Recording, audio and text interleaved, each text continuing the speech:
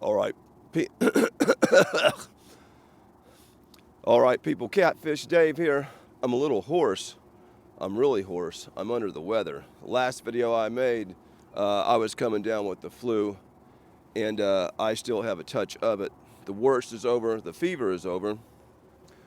But yeah, since the fever's over, I need to use up the bait that I never got to use because I had the dag-blasted flu. And that's what we're going to do. Biting off a different section of river. I fish this area maybe once a year. It's the confluence area. What we have here is the Clinch River and Emery River come together here. They flow through downtown Kingston. And right here where I'm sitting is where those two rivers actually join into the Tennessee. That's the Tennessee out there. This way is the Clinch and Emery together as one. And the reason I'm looking at this area is there's a steam plant a couple miles up here. And I'm just up here to see if the water's any warmer. You know, it used to be that steam plant ran hot. And you could get out here in the late winter, and by the time these river temps really bottomed out, and these fish would work their way up in here because of that water from the steam plant. Now I'm not seeing any temperature increase where I'm sitting. I'm still in the Tennessee River. We haven't worked our way up into this yet, so let me go ahead and get my boat worked up into it. One thing I am seeing that I'm not seeing a lot of up that way from where I came from is there's a lot of birds working the water out here. So if there's birds working the water, those birds are after the bait. So birds like bait, fish like bait. So yeah, let's see here. Let me get this thing going. I'm gonna get it going here about 0.9 just to get it going here. We'll ease on up into this other two river systems here. My brain is still messed up from that flu, and so is my voice. Put the heading hold on there. There we go. The boat's officially moving, and while we're easing up into this thing, I'm gonna go ahead and cut up some baits, and we're gonna get some rods out. Probably gonna drag the river, and if the dragon bites super hot, we'll just stick with it. If it ain't, I may suspend bait too. It just depends. One thing that's good about today is, and it's the first time I've seen this in the last 10 times I've fished, is there's hardly no wind, so that's good. Don't have to mess with a drift sock, do all that stuff, you know. So that's a good thing. These are my newest rods from Chasing Cat Outdoors. Bottom line is he had come out with his own rod, and the man he was dealing with from way over there, everybody knows where way over there is, he basically seen how well the rod was doing and how much he liked the rod too, even though Jeremy designed it, told him what to do and how to build it.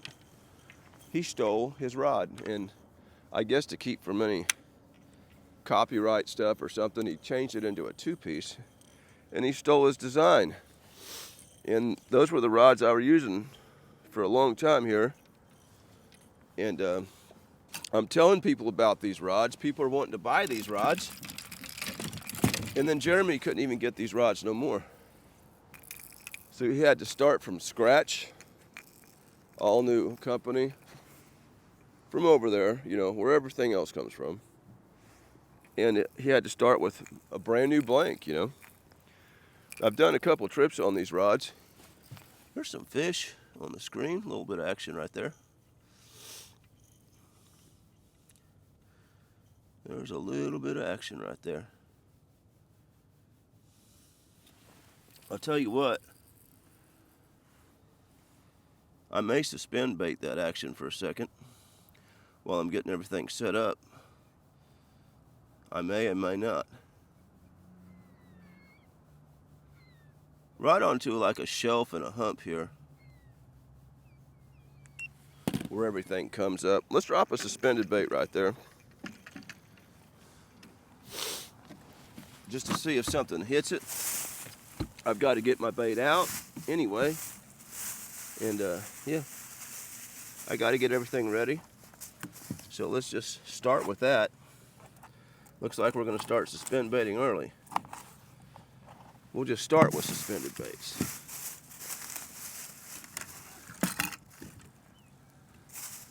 I can't tell necessarily if that's catfish I'm marking, but there's fish, and it's in an area that might not be bad for catfish to be. Coming up onto this hump here, right on the rise of this river. Of course, now they seem to have wanted disappeared. Either way, we'll drop these for a second anyway. We'll drop them for a second anyway, in case they come back. I could always back up. By the time I spot locked, it's possible that I moved off them a little bit. Okay, there's one tight to the bottom. Now that's the color of a catfish, tight to the bottom. And that's what we're here for, catfish. I'm a catfish channel. Been a catfish channel about 6 or 7 years now.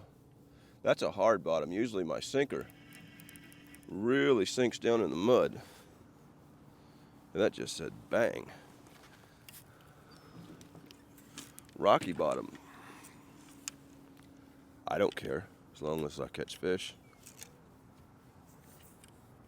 Yeah, there's a lot of birds up here once we get up in here. Okay, now I'm seeing fish on my screen again for right now. There's a few come back around. Maybe when I dropped that bait, they came over there to see what I dropped, because they're definitely come back into view. So we'll throw this on there, just in case they do want to eat. And I'll be, yep, see, we're bit already. Bit already right there. That was the first bite. Go ahead and let's get this down. He bit it.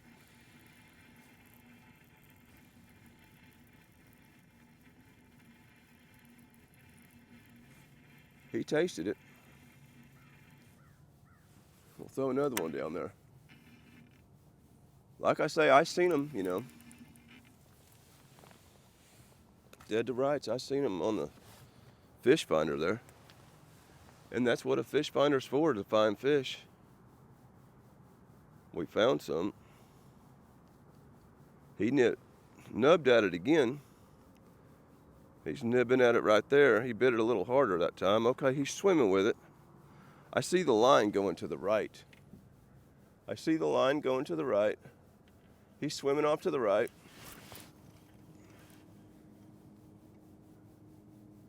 Okay. He's a small one for sure. And he's still after it. We'll sit here a minute and see what happens. See, that line is still angled, man. Is he on there? He's on there. That quick. That quick.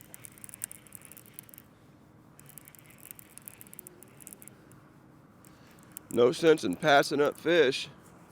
Go catch fish. He ain't much, but hey, the skunk's out of the boat pretty quickly in this video.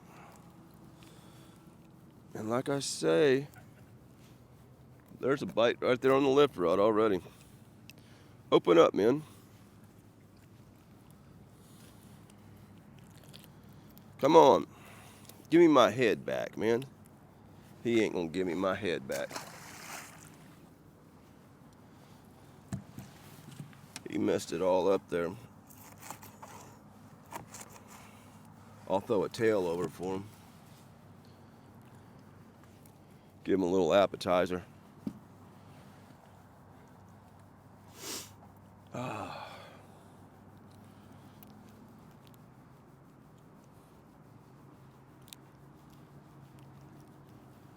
Yeah, there's fish in the area.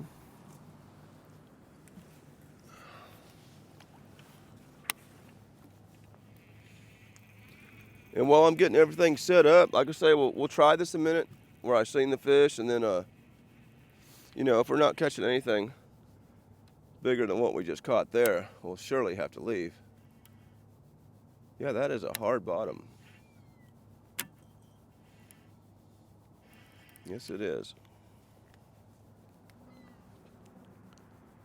Very hard bottom.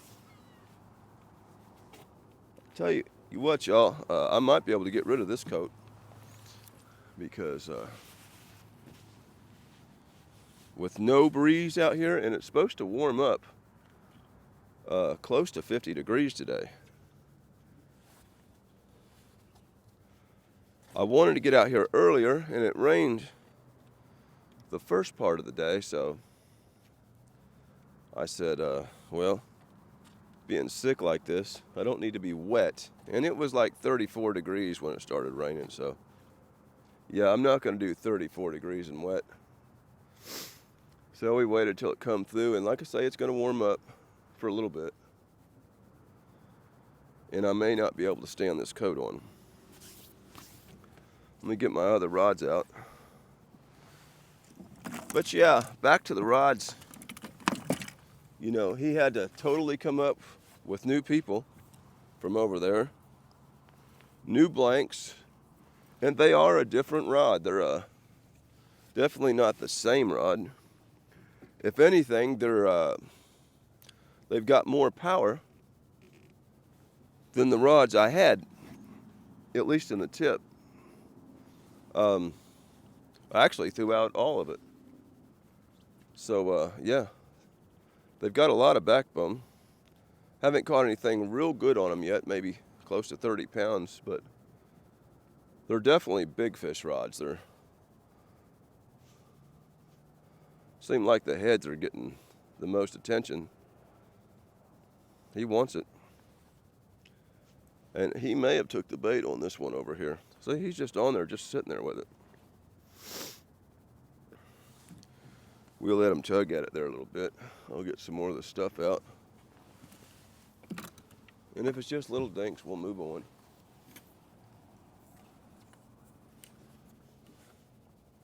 It's not a bad spot for a bigger fish where we're at.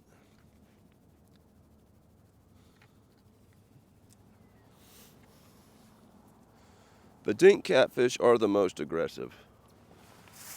They are definitely aggressive. Okay, we're gonna cut these shad up. Old Tennessee size shad. We don't have big shad here no more. We're gonna cut them up. Get ready to do a little fishing here. Some center chunks, some heads. Throw one down there. He's just still pulling at that. And like I say, they may have stole my center chunk off this one.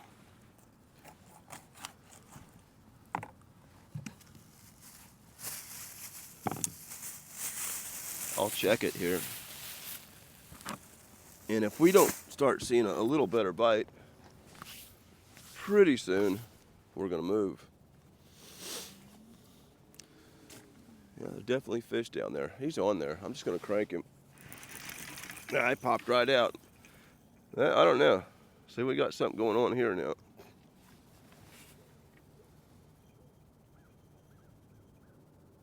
I know it's catfish because we caught one of them. All right. He's on. Yeah, I know it's catfish because we caught one. Now, I started catching these fish. These guys have been up here in this hole. And as soon as I started catching these fish, they're coming up here now. You got to be kidding me. Coming right up on me. Seen me catch a fish. Yeah. Yeah, I knew they were catfishing because they're fishing that 70-foot hole over there. And sure enough, here they come. When I drove over to the interstate, they were way down there, sitting in one spot. When I come up through here in my boat. They were sitting in one spot. They see me getting bites, and they're pulling up here. Imagine that. Only boaters will know what I'm talking about, probably. Other people that fish have probably seen similar things go on.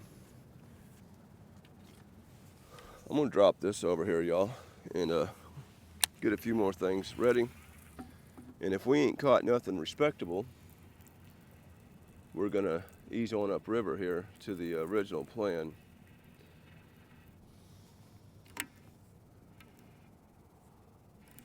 Definitely a hard bottom.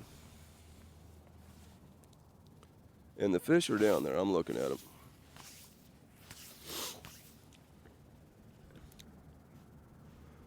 And they're hitting my baits too. And like I say, there could be a bigger one in the mix.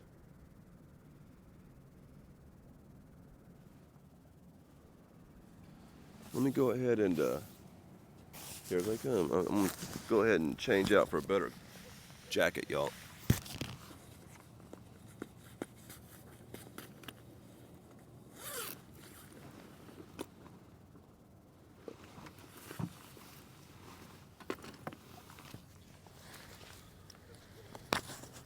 Matter of fact, I might not even need a jacket because I've got this long sleeve on here.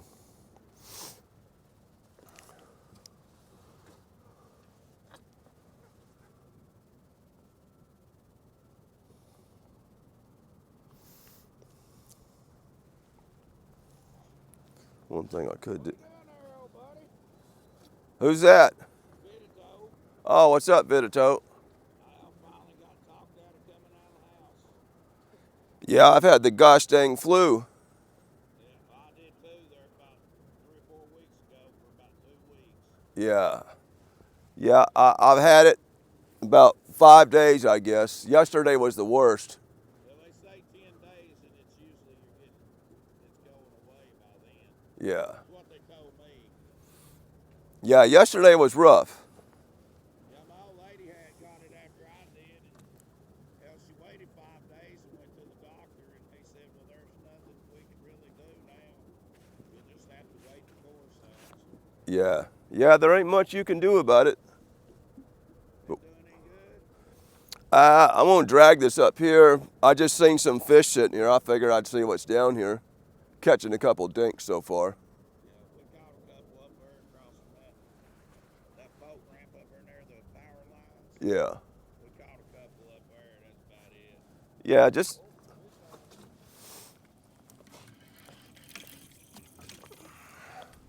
Yeah, this makes number 3 in about 10 minutes probably.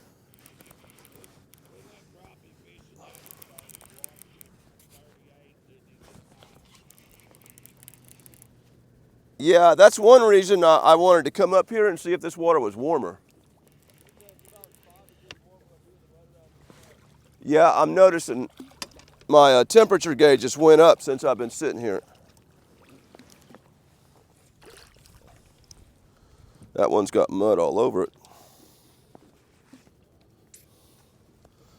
Mud all over. I thought that was you. I thought I'd stop down there and say, hey. Yeah, it's me. We're going to troll over toward that white bird and start up. We ain't going to start up right here. Yeah, there's a lot of birds up there. Shit ton of them. Now, the warmest water temperature we seen was at the boat ramp. Yeah. 44. Oh,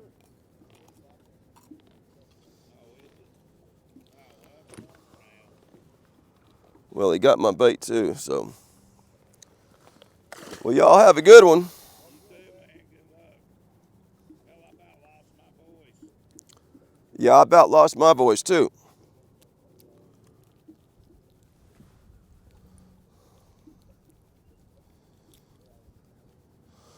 All right, y'all, we'll give it a little longer.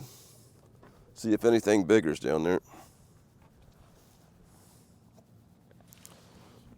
You never know.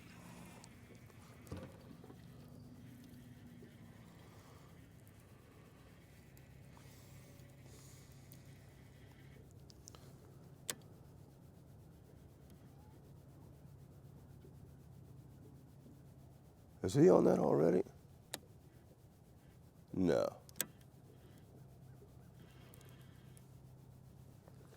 Yeah, we'll give it just a little longer here. Get me a towel here for my hand, y'all. But yeah, since I've been sitting here, water temps were 41 degrees coming up the river, and now that I've been sitting here for a while, my temp is up to 45 degrees, so that's a 4-degree jump up sitting in front of this confluence. And like I say, we're below that steam plant.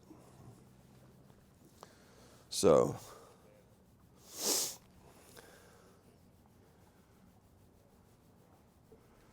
we got one on there.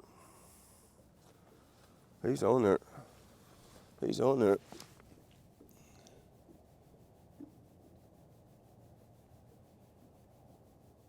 We'll pick him up a little higher off the bottom, make him have to pull down a little more.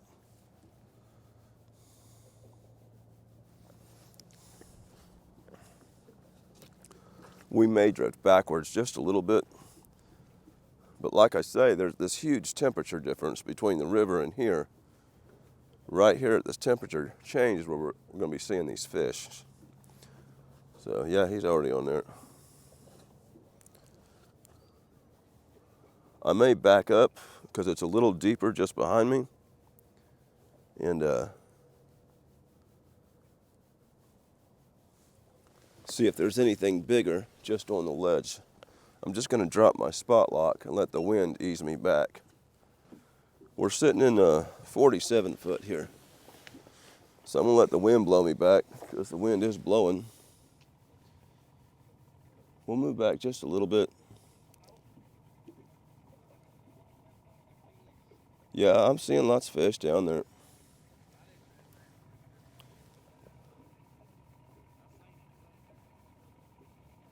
Yeah, it looks like I knew them boys and they knew me. Of course, most people that fish know me around here.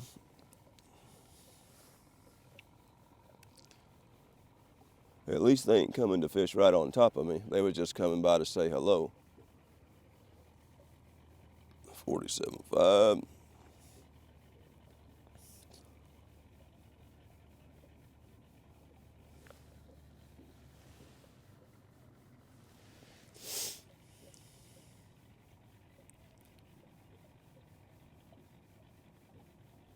$48. Come on, we're gonna get just a little deeper here. See if these fish are more at the bottom of this ledge or more at the top of it. I started seeing them when I first came into it. Then of course I hit the spot lock.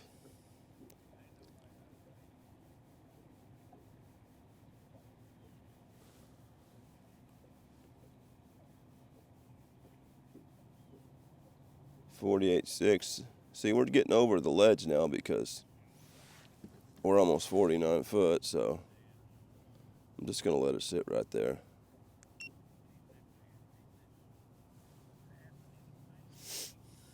We'll sit there a minute. We may work back up a minute.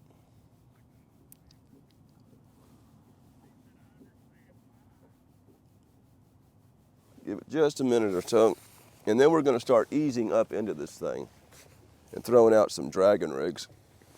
Okay, there's a fish showing up again right there. Should be getting bit here.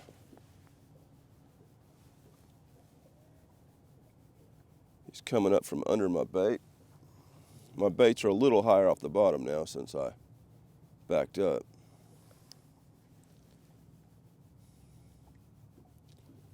They're checking them out. Of course, they've done seen like 3 of their buddies get pulled out of the water now.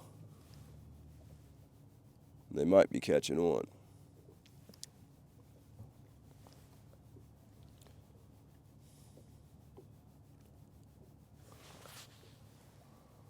Okay, y'all, I'm just gonna ease up river.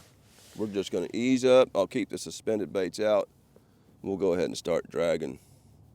You know, if I would have just got plowed by a good fish, we would have stuck it out, but heading hold. Do I have my prop on? I do now. I'm gonna have to slow down though, because I've got these suspended baits in the water, so you cannot move real fast suspending. We're on the move now, 0.5, 0.4. We got a fish just pulling on us over there. We're gonna pull out of them though. 0.3. There we go. All right, y'all, let's throw a dragon rig. We're getting hit. But I'm gonna have to see something better than that. That's why we didn't stick around. I'm hit on both rods. They're just pulling on it. Yeah, let's throw out a dragon bait. Where I'm coming up here is not a great place to drag. It gets kind of nasty for this first 100 yards or so, but we'll throw them out. Go ahead and get some more baits in the water. I've got to watch it because my depth's going to be changing, and it has. See, I'm on the bottom right there. I am going to get. He's on. He's on. He's on.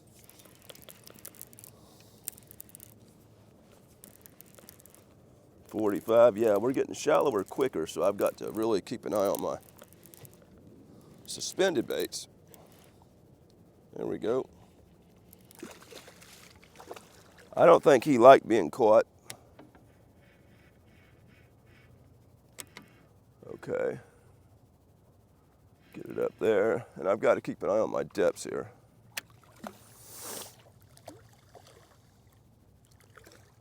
.48. If I was dragging, I wouldn't be worried about it. You can see how that rod's bouncing a lot. This is rough to try to drag through this. I wasn't gonna drag it until we got on up in here because, well, it can cause problems. It gets real draggable upriver, but right now it's rough.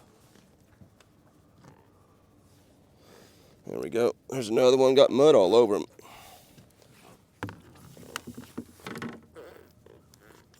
Yeah. Come on. Open it up.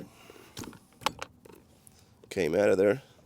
I'm gonna hold him up this way where you can see the mud going down the side of his tail there. There we go. And he come off.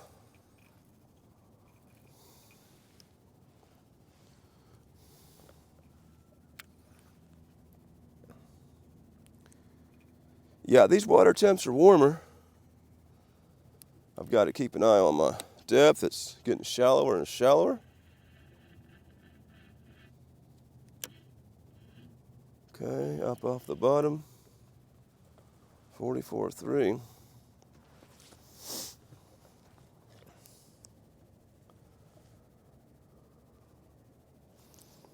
Okay. Hopefully he didn't take my bait off there. Yeah, it'll take a minute to get all set up. Once I'm up in here and past this corner tip, we'll start dragging with planer boards. And we'll spread out and we'll get some water covered up. So the higher we get up in this thing, you know, the warmer it could be. Who knows? I believe I was hit right there. Either that or I'm just dragging the bottom bad. 43.9, yeah, it's getting real shallow. Real quick. Up off the bottom, give it another turn. Give this another turn. There we go, he's on it. He's on it.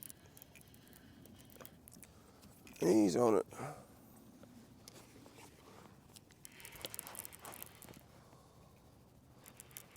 They seem to be liking the head baits a little better than the chunks. I went ahead and put a head bait on that one. All the same size fish for now. I'd say we'll see a bigger one dragging coming up this thing. We won't know until we do it.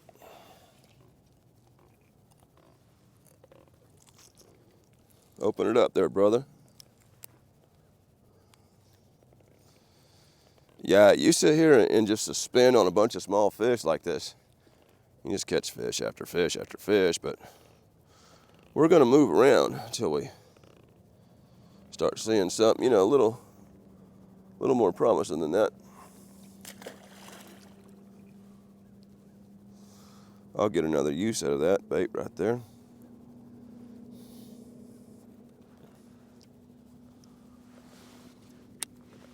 "42 feet, man. This thing's getting shallow quick.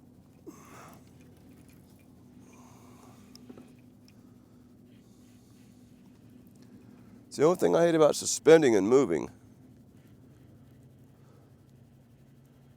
You will hang up quicker suspending than you will dragging if you're not checking your baits.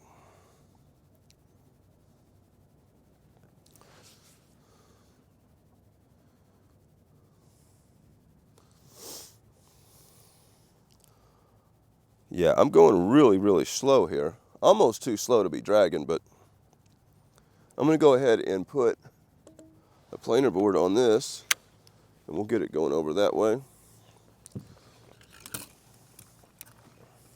It's going to be going that way very slowly because I'm pulling very slow, and you need some current to really spread these things out. But am I hung up or is that a fish? That's a fish. And he let go of it. He held it and he let go of it.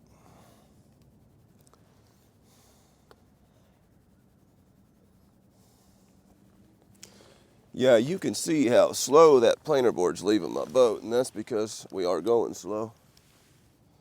Best way to suspend is go slow. That's kind of how we're starting. Go ahead and just pull some line out here, since there's not enough tension on that board to pull it out.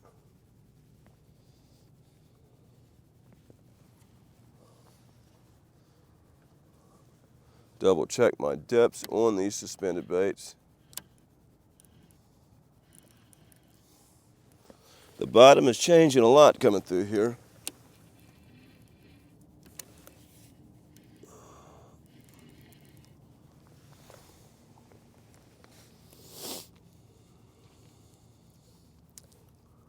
$41.5. Man, y'all, I hope it don't rain on me again. I see it clouding up. I did not bring an umbrella for this camera, and it will just totally destroy my microphones, my camera.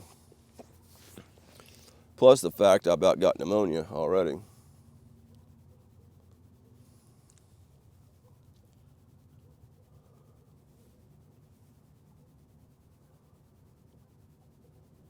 Yeah, once we get through this nasty old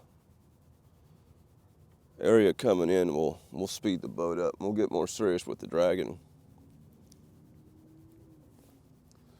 Because here again, I'm not just terribly impressed by what we're catching suspended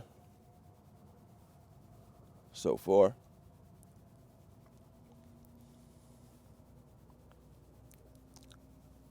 When I get to dragging 4 baits, maybe even 5, and get to going about 0.7, maybe even 0.8. When this water warms up like that, you can move pretty quick and they'll hit it.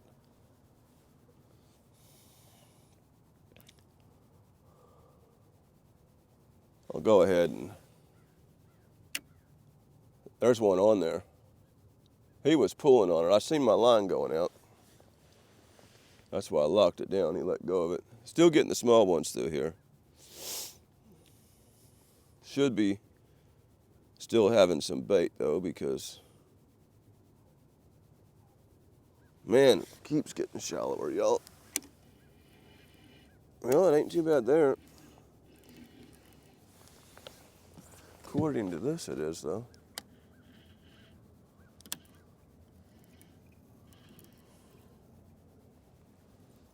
Okay.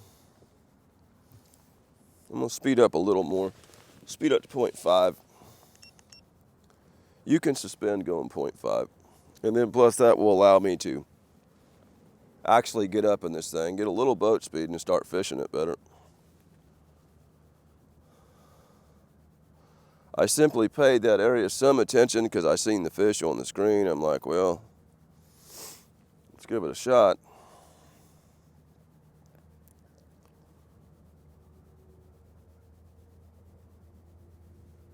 Yeah, I feel that air cooling off a little bit. I see that darker stuff over there. Please don't rain on me.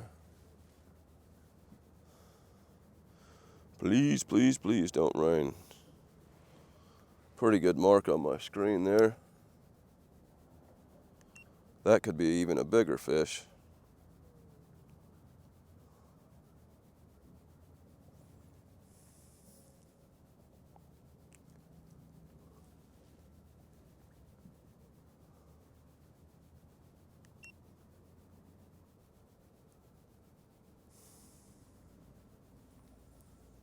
Okay, y'all. I may put the other coat on.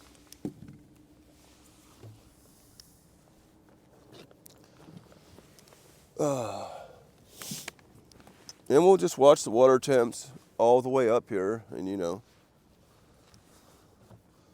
course, once you get ahead of that steam plant, it's gonna cool back off. Yeah, I'm getting a little chill going on here. Oh, I'm hung up, and don't hang me up.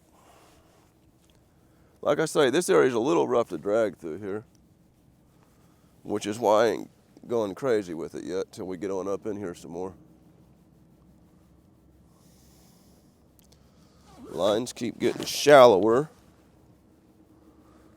and I don't care for suspending when the bottom keeps getting shallower.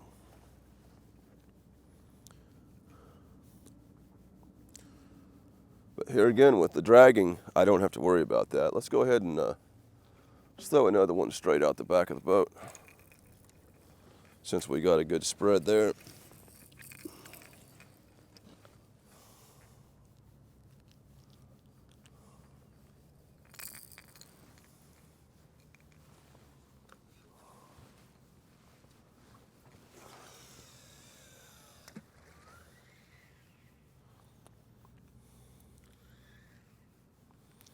And it keeps getting shallower.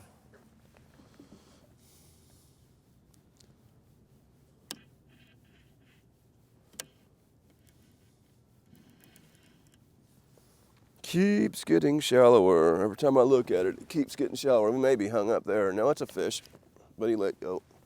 No, he didn't. No, he didn't. He's on. He's on. He's on.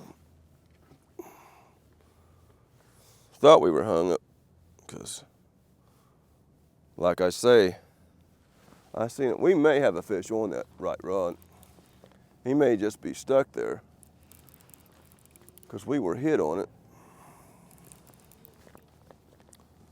Come on up here, brother. 36.7. Let me give another turn in on this one so it don't hang up.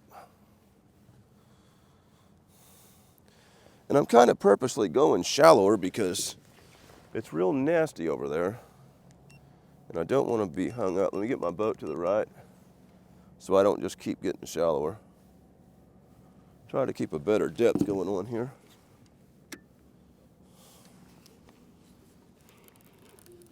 There's another one. Mud all over his side. Ugh.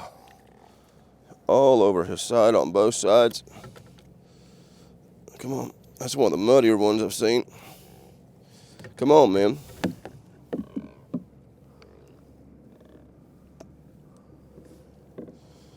Did not get my bait back there. Oh, oh, oh, oh, oh, oh, oh, oh, oh. That hook got me, though.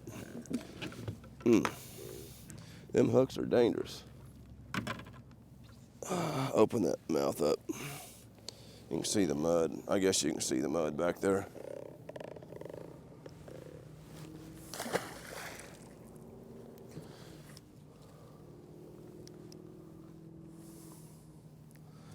35.3.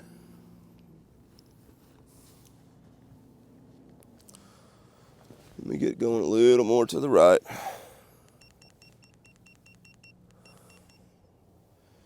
Yeah, it's hard to suspend when the bottom is just changing every 10 seconds on you. And here again, part of that is due to my course. Trying to dodge this area over here that I know I'm going to be hung on every rod. Come on, man. These fish are in here for warmth.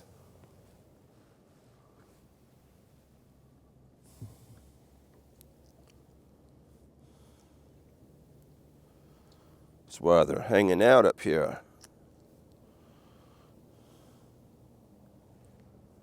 And I'd say somewhere up in here there's some schools of bait hanging out too, because, well, they like the warm water too.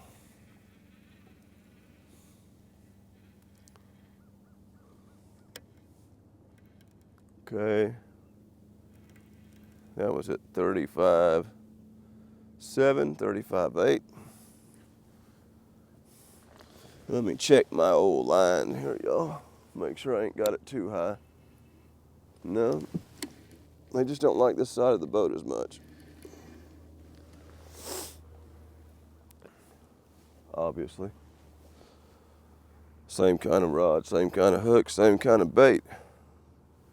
So it must be this side of the boat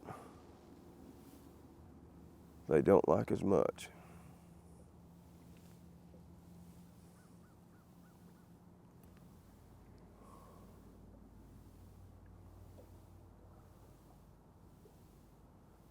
$36.1. Okay, we seem to be getting out of the fish for right now, and that's fine because it was just a bunch of all the same size. We'll probably go through a little slack area and then run into a bunch more here.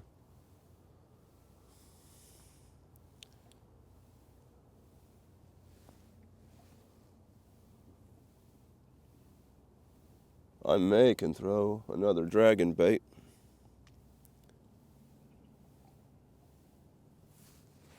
Let's go ahead and do it.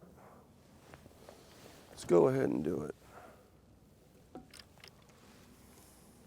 Throw a center chunk on this time.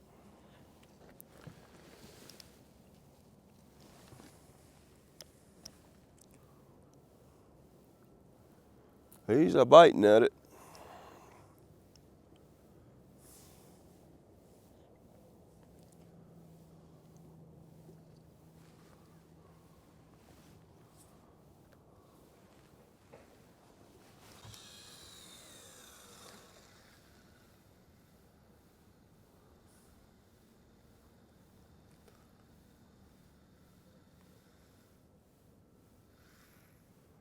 $37. Yeah, see, I've already got to drop my suspended baits back down.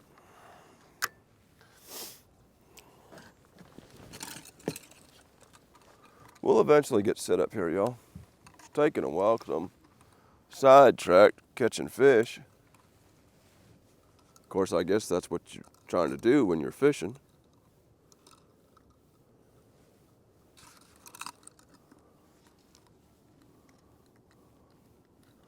That's the reason we fish where there's water.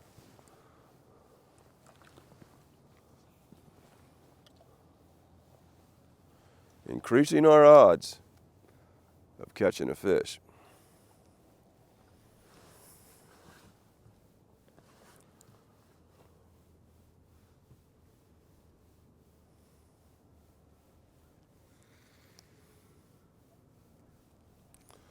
There we go.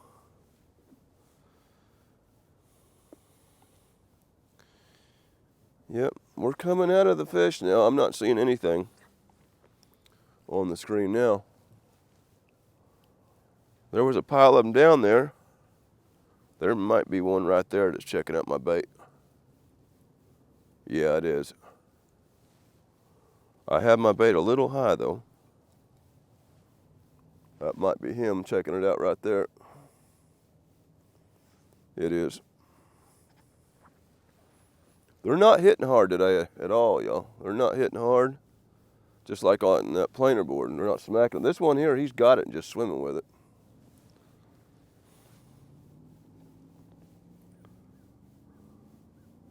He's on there. He's just not running with it.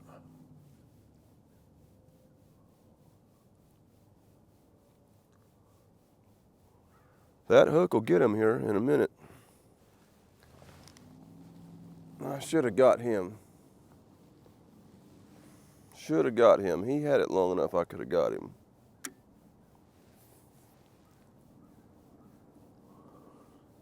If I keep messing around, I'm going to let him snatch my planer. This fish is still on here. He just won't do nothing, man. I think this fish is still on here. This winter bite gets a little weird, you know. Sometimes fish just hit it and slam it and go real hard. These here are just pecking and bumping and not doing much with it. He's messing with it there. You ever gonna really get tired of that thing and pull on it? I could probably get him. Nope, he let go of it right before I done that. He let go of that right before I done that. He's just hitting it and letting go of it. Hitting it and letting go of it.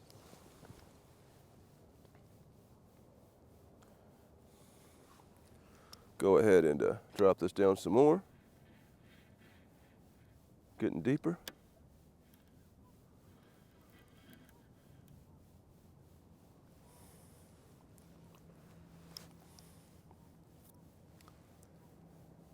Yeah, we don't have a lot of lines out, but I'm not going fast.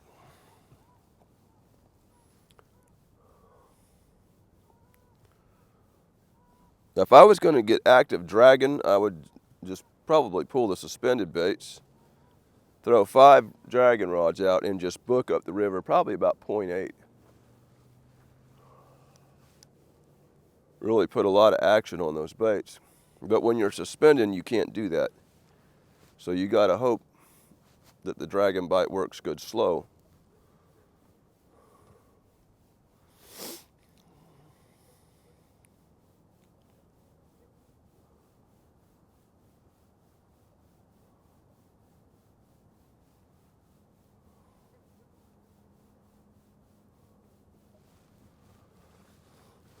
Long as I'm not hung up.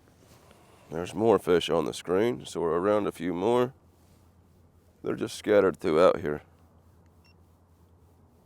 Either way, water temps are, well, I guess they're 4 degrees warmer from the main river. I mean, that's a pretty noticeable difference.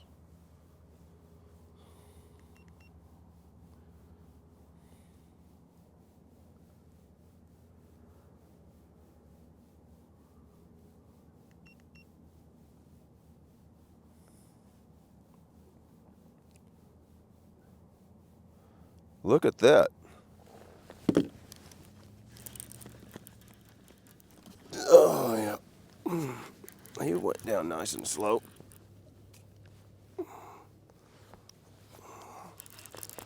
He went down nice and slow. Definitely a blue cat with all the rolling. Now he's rambunctious. Went down like a big fish, but he's just a smaller one. He took it down like a big one. Thought we might have had something for a minute. Come on up here. Yeah. Come on up here. Yeah, there's some more right there. They're all up and down this thing right now. They're all up and down this warm of water. Come on up here.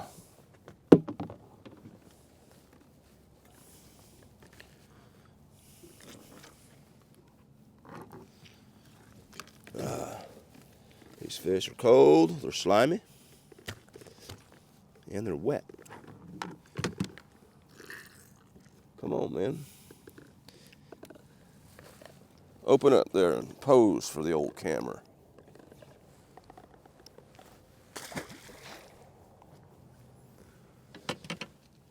Tell you what, I'm gonna drop a center chunk now. I'm tired of putting all my heads on there.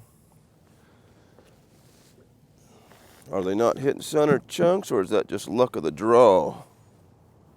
We'll find out. There's a fish on here. He must have hit it when I wasn't looking, because that line is slack. That line is slack and my boat's going forward. He's on there. Let me, did y'all see something I didn't on the camera? There's definitely a fish on there and the line's slack.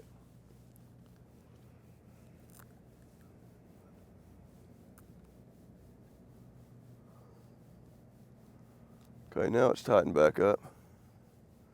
He may have dropped it.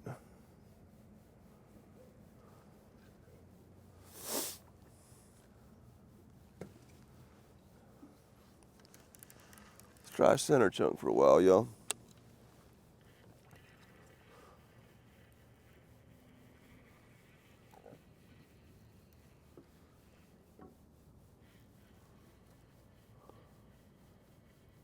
No, I'm hung up right there. Gosh dang it. Yeah, this is why I wasn't real fond about going through here. We're gonna go ahead and just have to stop for now. I may can pop this loose and I may cannot. We're hit right there. Yeah, we'll see if I can pop this loose. I knew this was a bad area. Make sure I'm properly off the bottom here.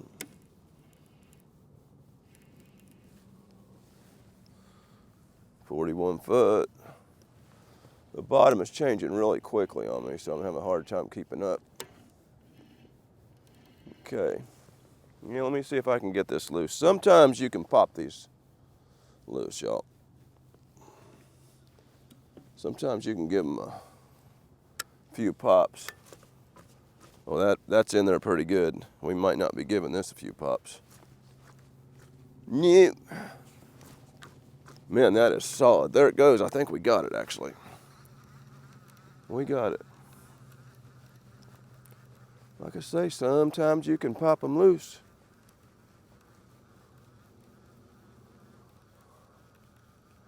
I knew this area had the hang-ups in it. We'll go ahead and venture forward again. Bit right there. We're bit. Go back to where we were at 0.5.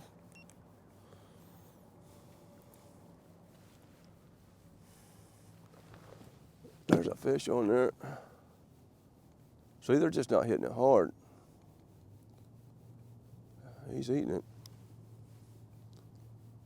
These winter fish get weird, y'all. These were 60-degree water fish. They'd be just slamming it.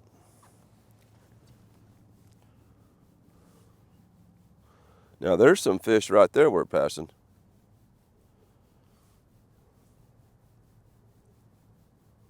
That almost looks like a big school of gizzard shad. Let me. Boy, if that is, they've changed my bottom. They've actually changed the depth on my bottom. Let me check my side scan and see if they're still here. Oh man, I'm hung up on this one now, y'all. So let me stop this thing. Yeah, I knew better than to try to drag here. Okay, it come loose. I'm wanting this side scan to come on while those are still here, because if that's bigger gizzards, I'll come back and get them. They're leaving out of my screen now. That's a fish on there, I believe. Acts like a fish. I believe it is a fish.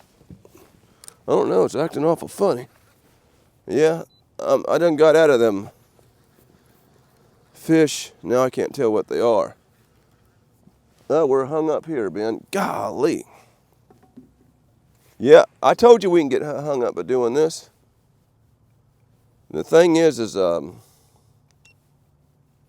when you get hung up on them suspended baits, they usually don't come loose. We'll have to break it. So I just turned off the old spot lock.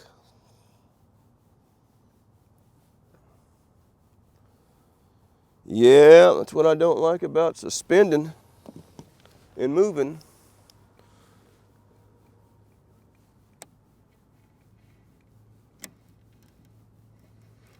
Sure don't.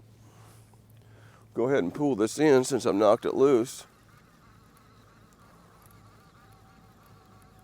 And we may just pull them all in and just get away from this area right here since it's causing us so many issues. I knew it would. It always does. I figured maybe I'd get lucky, but obviously not. See, that's in something. Up and down. There it goes. Probably a trot line, if I'd be willing to bet. Probably a trot line.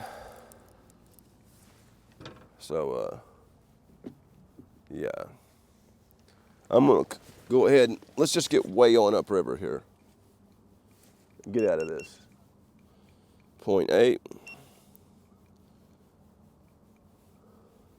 Matter of fact, let me go ahead and pull this up because I don't want no part of that. But it is a trot line.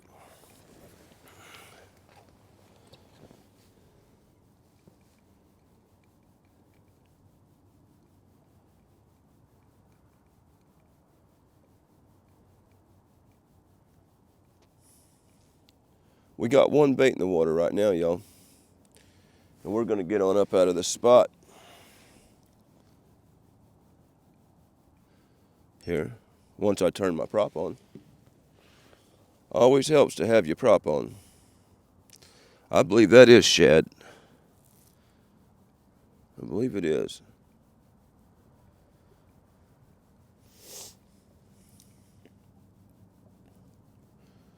Yeah, a little technical difficulties here. We're gonna just move out of this area. I knew this area was bad. Just get on away from it.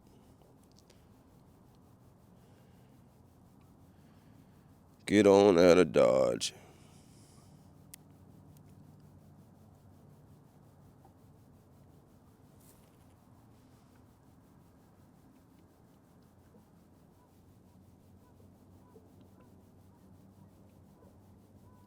Just a few more feet here. Make sure I'm past that thing.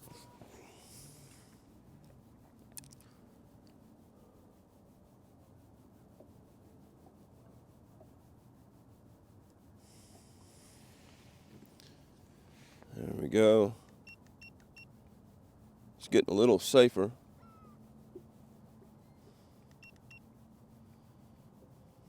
I'll go ahead and drop the suspended baits. Slow down just a little bit to do that.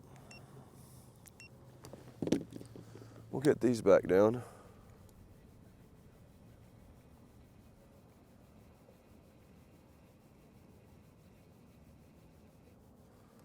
One, two, 38.7. Yep. This bottom is changing constantly. And we're hung up. There we go. I believe that is a trot line. I said if that dragon rig catches it, we got a trot line. And sure enough, that was the only one I didn't pull out of there. If it's ain't going all the way across the river, it's a trot line. So let's just stop the boat.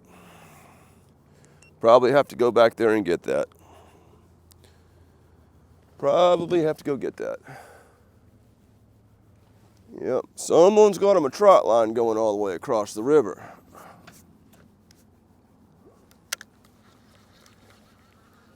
Let's get on out of this area. Yeah, you let up tension off it, and then that hook can kind of drop, and then you can give it another shot at getting over it.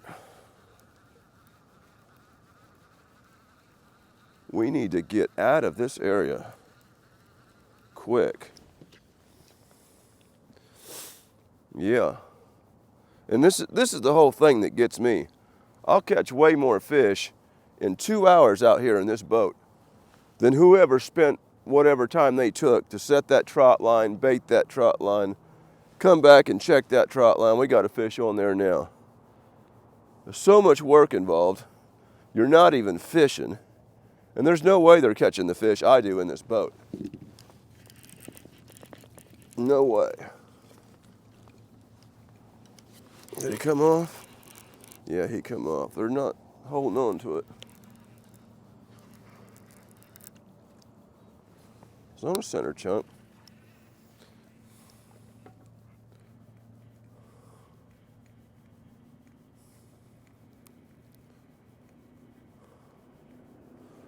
Okay, y'all, we've got all these rods out, but technically one bait in the water.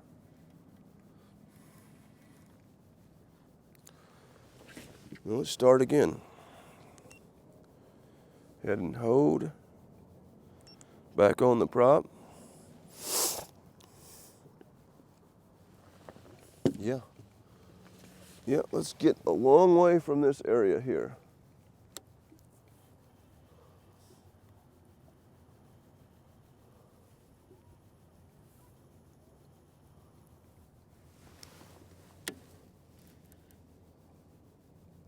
Okay. 36.7.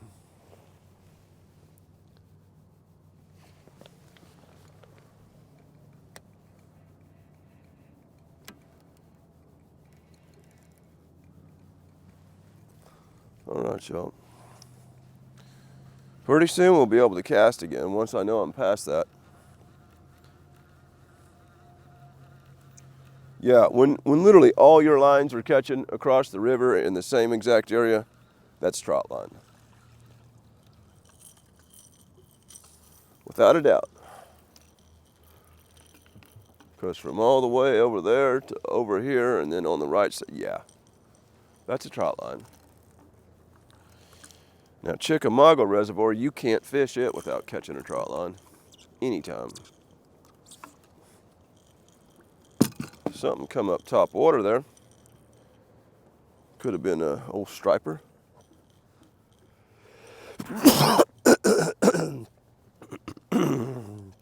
We keep getting shallower, y'all. And that's how you get hung up.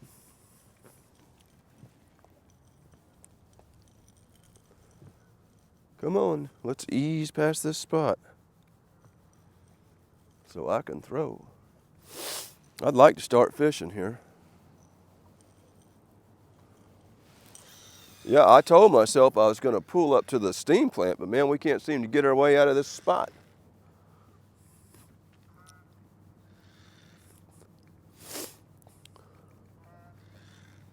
There we go.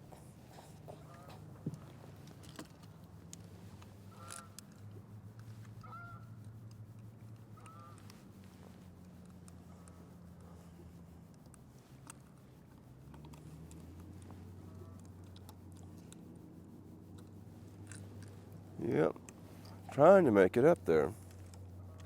And so far, the hangups have kept us right here.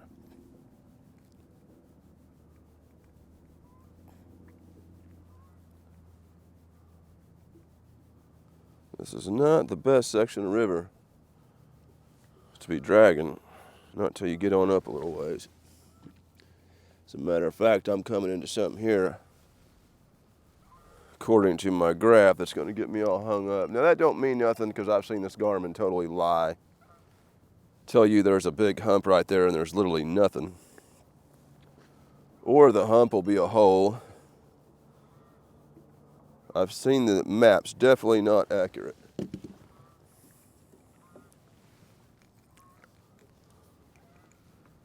I think we're out of the danger zone. I hope. I think that's far enough past where I was getting hung up at.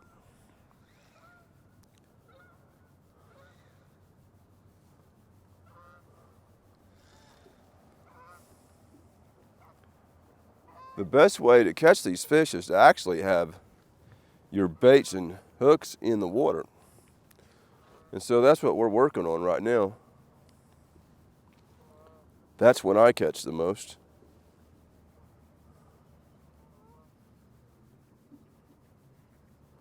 Just being at the water isn't always necessarily enough. You've got to have bait on the hooks and hooks in the water. with the baits on them. Or you can have a slow day. I don't know why that planer board is acting up like that.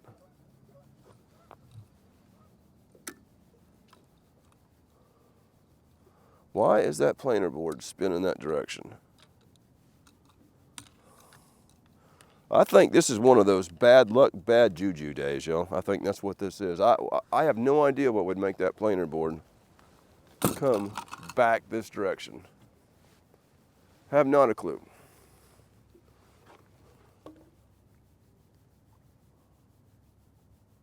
Try that again. Try that again. That's not, I mean, I'm already feeling a little under the weather here. As a matter of fact, I'm feeling a lot under the weather. I have no idea why that planer board is acting the way it is. Zero. Zero. Maybe it'll act right now. There we go. Finally, it's acting right. There's some fish we just crossed over.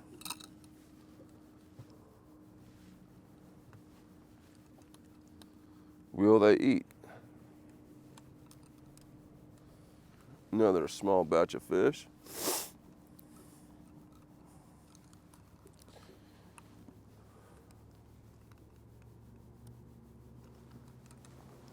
Will they eat?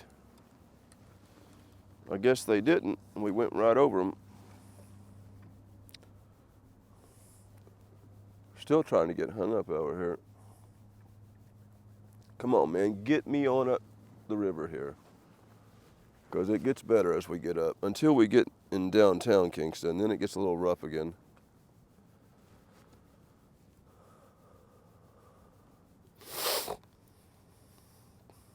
But I'm hoping that's where the best fish are going to be at. That kind of sits in this bend right after it comes out of that steam plant. That's where I'm expecting to see the best fish. And we've still got a while before we work our way there.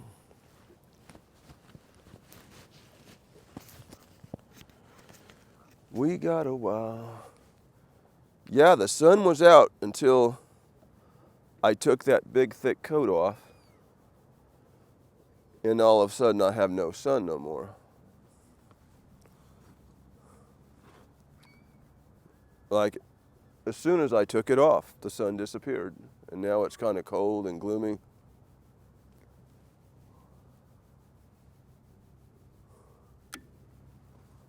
And yeah, I'm cold again.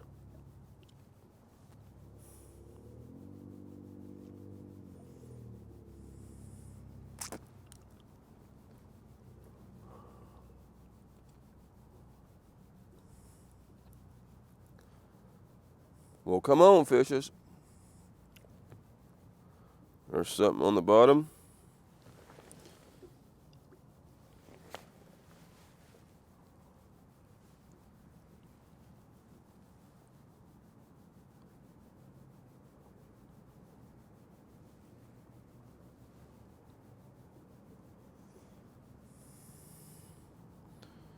Water temps, I don't know. It seems like the water temps have cooled back down just for a little bit right here. They dropped just under 45. Now they're starting to pick back up.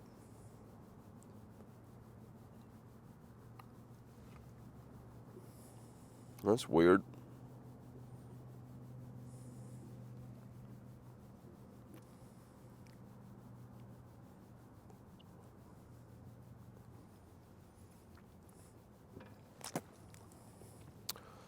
Well, we've got 3 dragon baits out.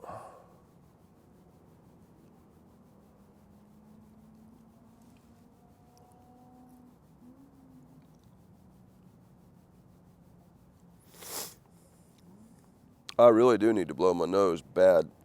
Let me get some water, y'all. Get some water. Oh man, I think I just felt rain. I am feeling rain. I did not bring an umbrella for this camera. Surely not. I have an umbrella I could have brought, but it says it wasn't going to rain. It said it was going to clear up.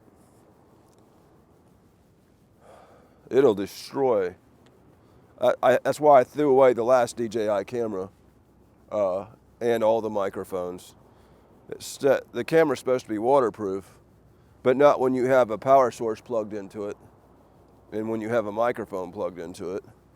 And you'll not run one of these cameras outdoors without a microphone because the wind noise is pathetic on them. I felt a little drizzle. I hope it stays at bay. Something nipped at it.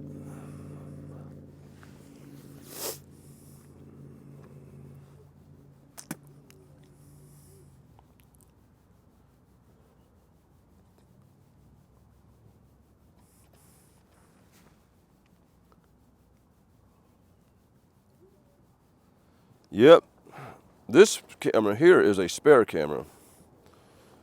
And so I don't have any more spare cameras in case this one gets fried. And I'm gonna tell you, these DJI mic kits, they're 400 bucks a piece.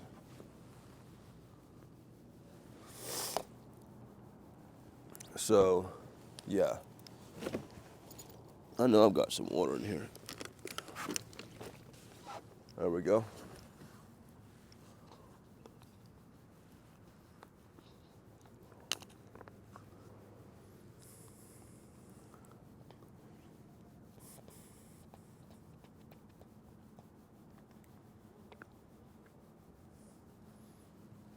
Well, okay, y'all. The temperature is dropping right here. It's 44.89. It was like 45.10 just down there. I mean, it's still warmer than the main river a few degrees.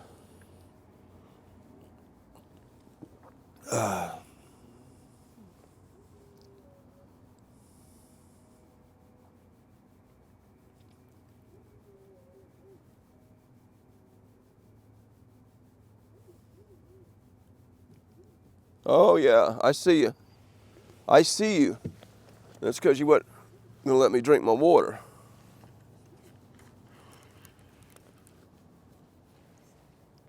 Come on up here. I see you. And don't splash water in my water like they usually do.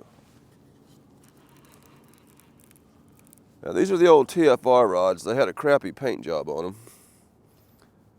But the blanks are good. I wanted them for suspend baiting. They are a good rod for that. And that's what I use them for. Come on up here. Stiff enough to set that hook.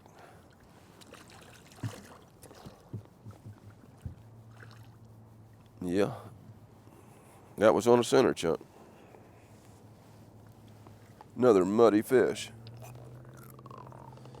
Yeah, ain't none of these two-hand fish today. So far. Will we see a bigger one? I don't know.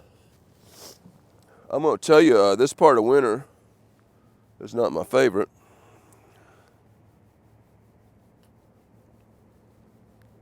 I hear the raindrops.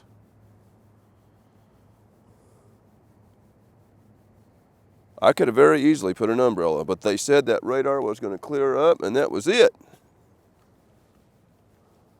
But how many times have I listened to the Weather Channel and been sorry? Even had my life put in danger a few times listening to the Weather Channel. This time it might cost me about $800 worth of electronics listening to the Weather Channel.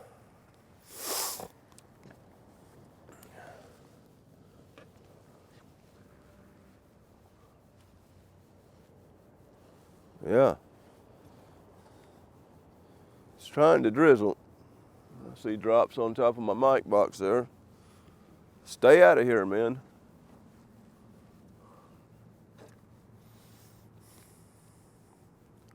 I don't need to be wet just because I've got this dang flu.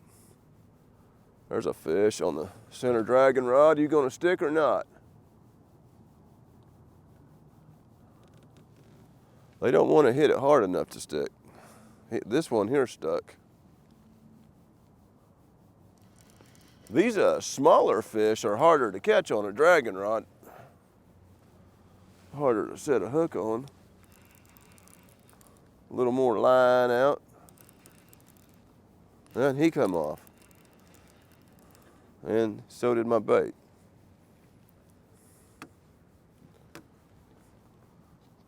Yeah. I'll tell you what, I got some old frozen skipjack I took out of the freezer. I've had it in the freezer for 2 years. And another thing, and I'm telling you, they prefer this side of the boat. Same bait on this rod over here, and it ain't getting much.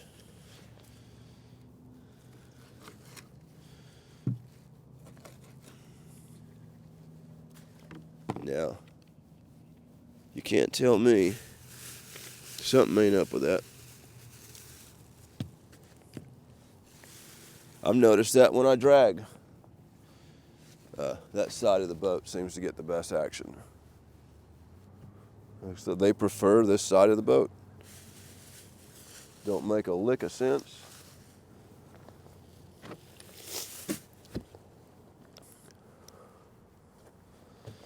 We will drop another suspended bait.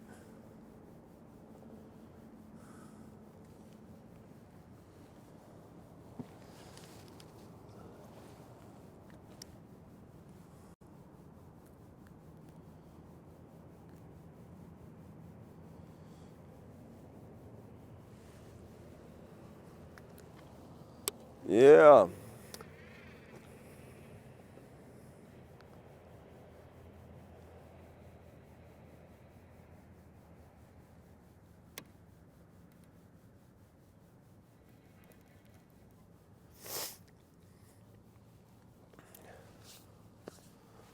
I need something to blow my nose on, and I ain't got it, other than one of them old nasty towels I wipe my hands on.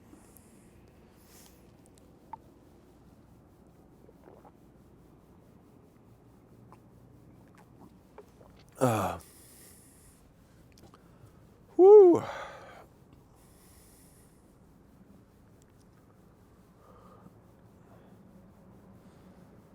Yeah, I should have kept the other jacket on because it's chilled off. Now that the sun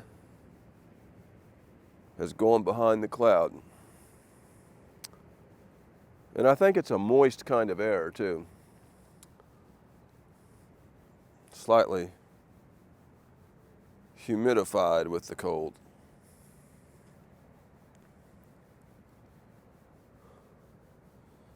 .2 feet.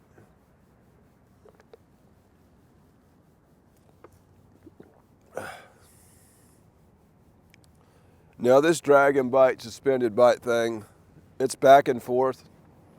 I've seen on the same day where they wouldn't hit a dragon bait. You could only catch them on suspended baits. And then as the day went on, they would quit hitting suspended baits and you could only catch them on a dragon bait.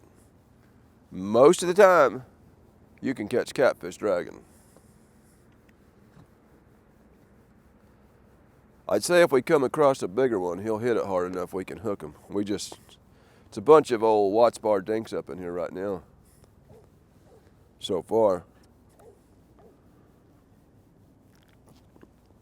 Water temps are back up to 45.06. So there's just these patches of warmer and cooler pockets of water through here. It's still warmer than the main river.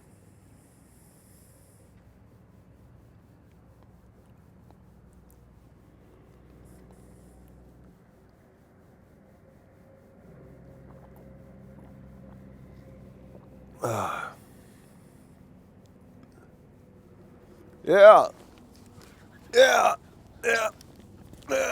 There's one on the dragon rig. Straight behind the boat.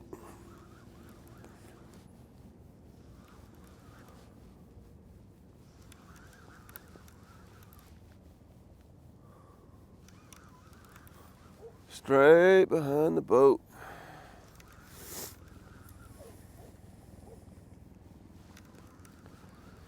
I'm seeing fish on the downscan. Suspended bait should be getting something.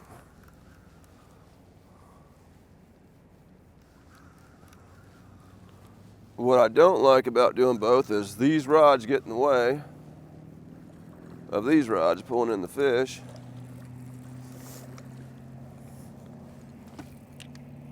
Get that out of the way. A whole nother same size fish up in here.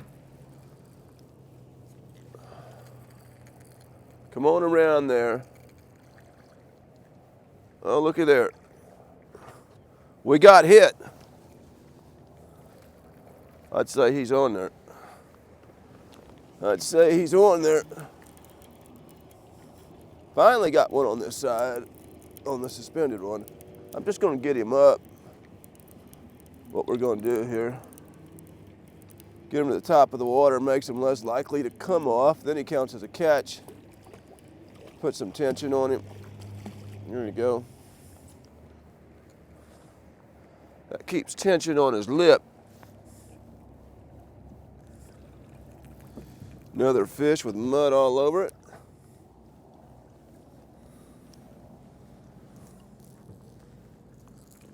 Yeah, they go down and lay in that mud this time of year, man. I guess you can see the mud. You can wipe it off.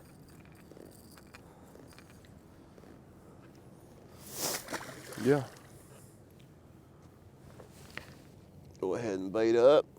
Throw it back out.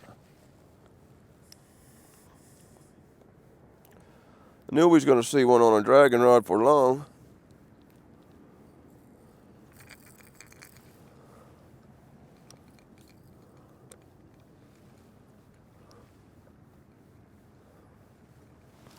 Yeah. We're out of the worst of the hang up and snags. Now we can just kind of relax through here. It will get some more hang ups coming into downtown Kingston in front of the park. That tends to be better fishing up that way. Tends to be. There's some structure and some boulders and some chunks of an old bridge or something. If we see a better fish, anything bigger than these, this size right here, it'll probably be up there in downtown Kingston. Get your butt on in here. Old muddy fish. Yeah. Yeah. Oh, I'm hit on the planer board there, man. He may still be on there. He pulled hard enough to knock my board loose. I believe he is still on there. He may come off because I'm not putting tension on him, but there's another old muddy fish. He definitely hit it hard enough to knock my board loose. He must have hit it pretty good. Maybe he'll still be on.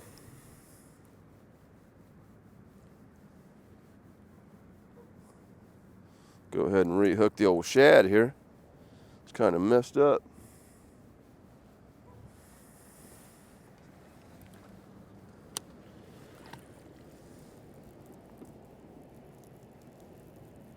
Yeah, if they hit hard enough, see there, we're getting hit right there.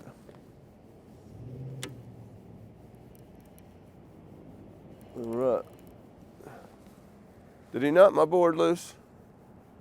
Yeah, he did. He knocked it loose. We'll have to redeploy it. He must have hit it pretty good. And he's on. Another one on the dragon rig. We'll just go ahead and pull this in. We'll let him pull there. We'll just let him pull.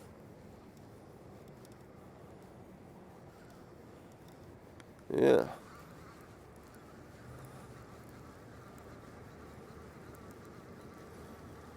We'll get this set up here for now. We're getting a bite here. There we go. We got 2 of them on. Got 2 of them on. Come on up and don't get in the way of that other one now.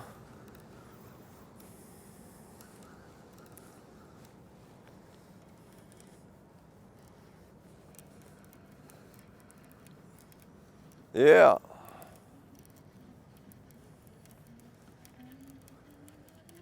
There's another one.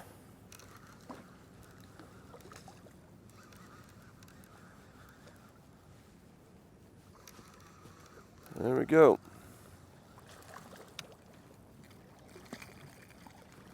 This is the smallest one. He'll be the easiest one to take care of and get off.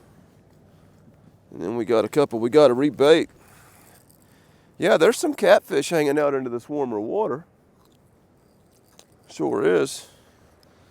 We ain't getting no world record catfish out here in this warmer water, but we're catching a number of fish out here.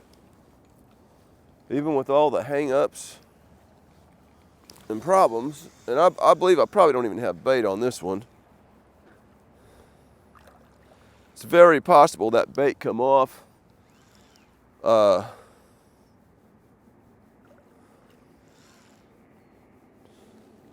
earlier on. I'm going to go ahead and redeploy this too. We already know there's a fish there. That'll give you all something to look at while I'm redeploying this. Redeploy.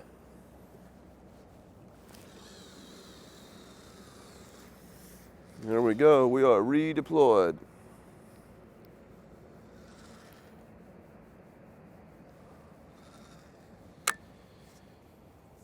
Yeah, if a man wanted a fish fry, this would be about the place to be, because that's what's here, a bunch of frying sized fish so far. And like I say, I don't fish this section of the river often, but this time of year it can get interesting because of the warmer water due to the steam plant. Come on in here, old fish.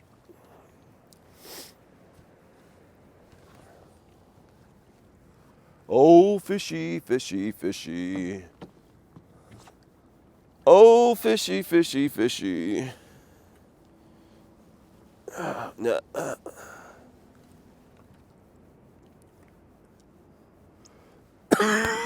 Man. Come on. He's all clenched tight. Gonna make it difficult here.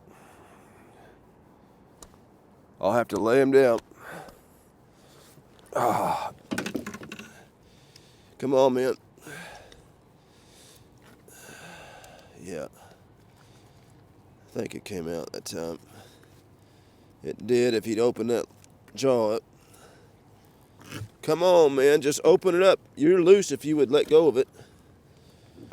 There you go. Another one of them right there.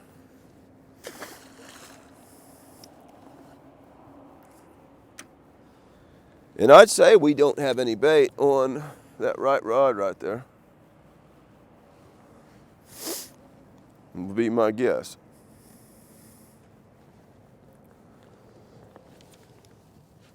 Go ahead and cut up another shad. Might as well cut them all up. At least what I've got out sitting here. That way I don't have to do more cutting for a while. I'd say we're going to catch another fish before this trip is over with.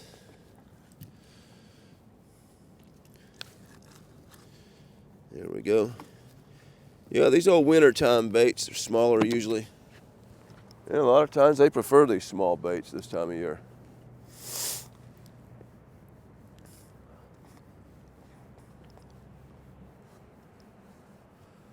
Yeah, we'll definitely check that board right there because it just ain't had no action since it's been bit, or I don't even remember if I checked it after it got hung up on that trot line.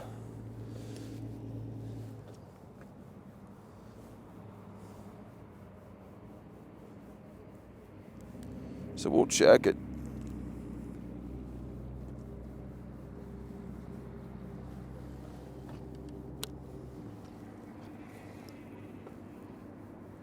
See, the bottom is staying fairly good. It's making it easier for me to suspend and drift at the same time. 35.8. I'll recheck this just to make sure we're right. We were. Nothing worse than getting it hung up. I'd love to blow my nose.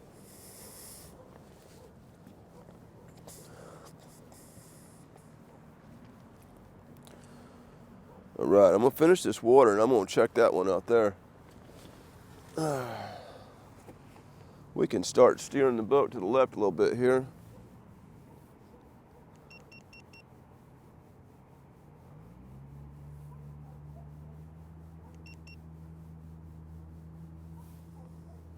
Yeah, if we see a respectable fish at all, he's probably gonna be up that way.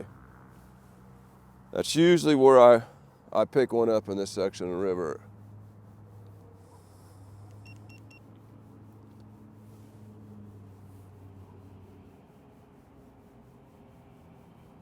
Water temps are even a little warmer now. This is as warm as I've seen them yet. 5.30.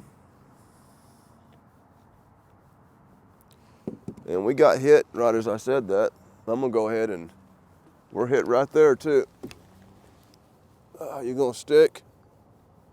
I don't know if he stuck or not. I was hoping to get that water. And then all this happened. I hate it when they don't stick because you just get that planer board out there. It's one thing about big fish, they just slam it. These things here will have you retying and rethrowing.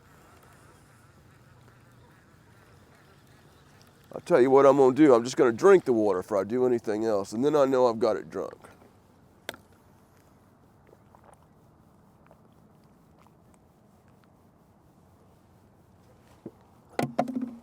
That'll take care of that. Huh? They keep repeatedly hitting at that center chunk. I'm surprised that center chunk's still on. But it is. I'll throw it again.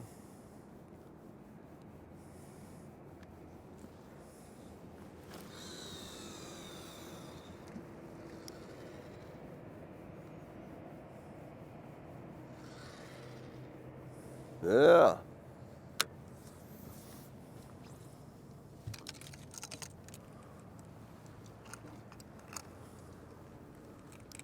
$36.3.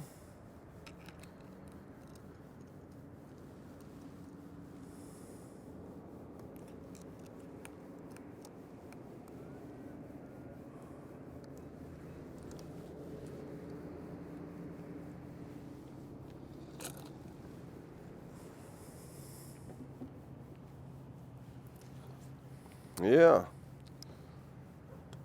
I definitely should have left my big coat on.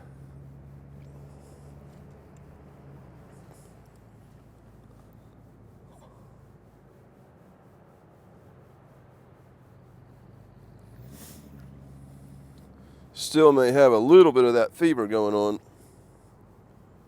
Possibly. Because I am feeling a bit chilled.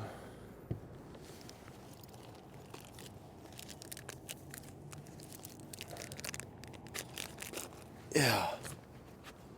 Here in a little bit, I'm going to check that red planer board.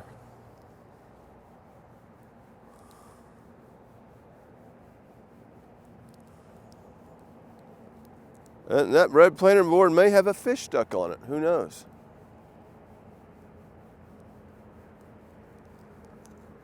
He may just be riding along with it.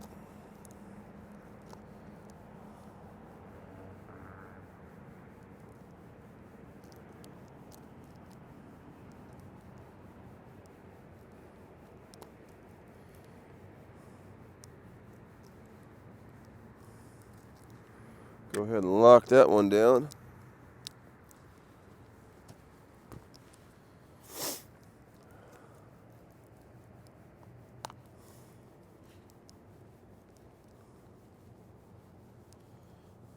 on, man.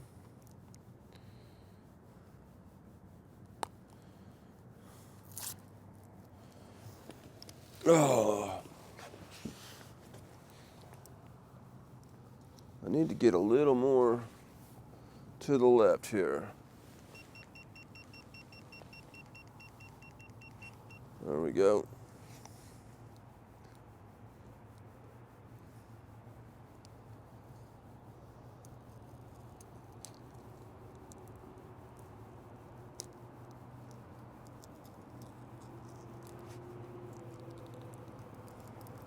Some guy walking down the rocks over there. He may be going to check his trot line.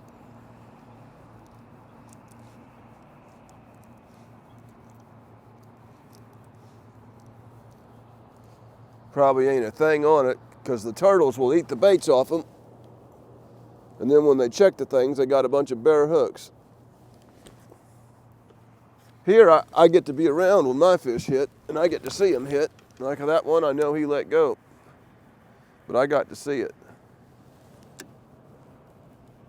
I'll assume, I know it wasn't a turtle that ate my bait off, so I'd say it still got bait on it.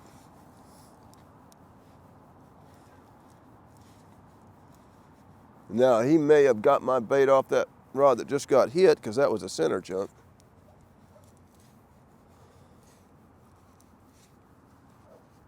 And I'm going to check that red board first. And then I'm going to check that yellow one since it was a center chunk that did get hit.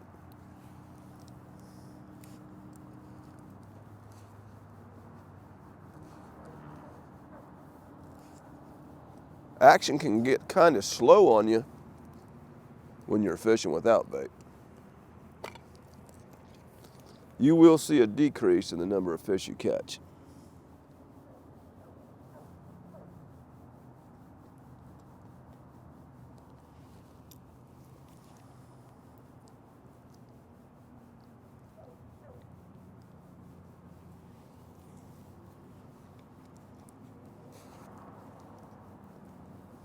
Yeah, I don't fish this area a lot. It is the what I call the tourist cat fisherman side of Watts Bar. This is where the guys from Ohio and Kentucky, they come down here and they get their little motel in Kingston or whatever. And yeah, this is and there's always so many catfish boats around this area. I don't like fishing around that much pressure. So I don't fish it a lot, but I do like to change up the scenery, and so I'm fishing it. I was hoping, since it's been so cold, there hasn't been a lot of people on it here, like there would be in the springtime or the summertime. And the fact of the warmer water makes it probably the best time to check it. Could be Dink City. There could be some good fish up in here.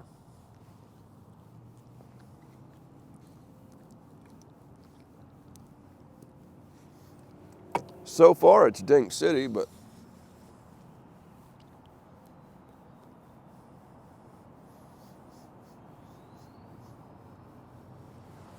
yeah, I'm gonna check the red board. It's been too long without a bite. We'll just check it. Could be luck of the draw that ain't getting bit, but seems a long time to go without a bite and the amount of bites we've been getting. And then I'll check the yellow one because it's been bit. No, I think it's got a bait. Check that out. Maybe they're scared of that yellow spook, man. Huh. Think they're scared of a yellow spook? Could be. I'm gonna put a fresh piece on there. I've seen color make a difference in you catching fish or not on these spooks. And mainly when the water is clear, which is in the wintertime. See that bait's I just threw out, it's 4 foot deep and I can still see it. The water has a lot of visibility right now. So it's very possible they're not liking a yellow spook in this section of the river. Now, in the main river, downriver from here where the water's a little murkier, they've been loving that yellow spook. But it hadn't seemed to get a lot of attention on this trip. Now, we'll try a different piece of bait.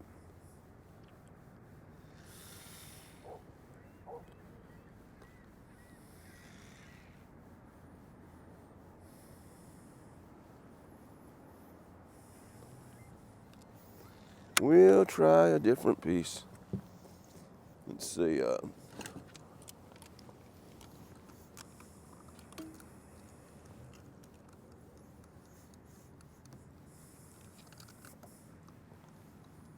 Yeah, we go through sections of action and sections of no action. And we should see that all the way up through here.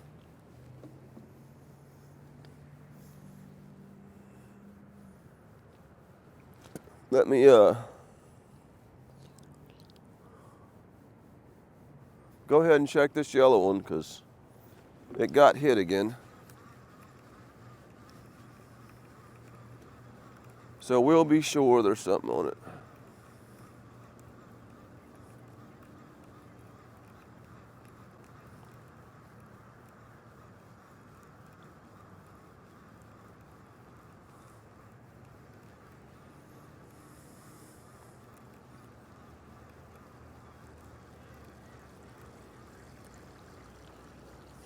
Yeah, still on there.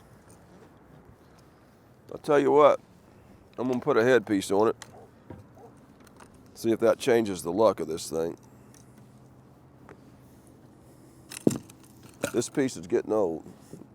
These small shad, they don't keep their flavor long.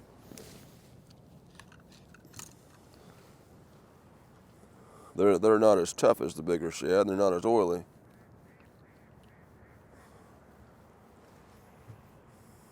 Here we go.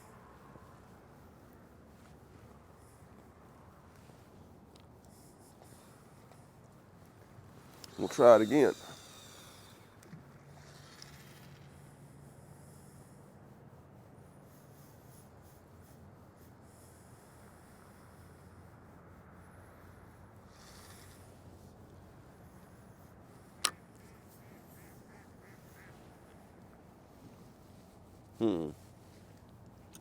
I guess I'll put a red board on. It don't matter what kind of board we got on. As long as we got one on.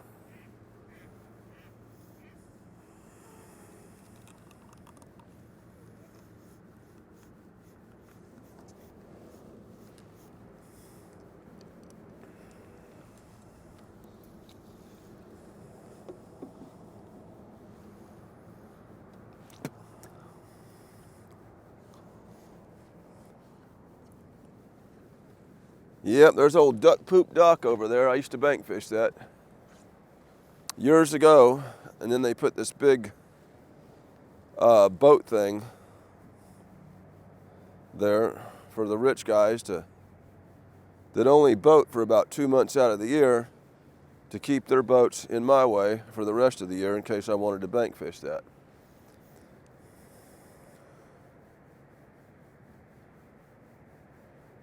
Yeah, I used to sit right there and bank fish. As long as you got a good long cast, you usually caught something there.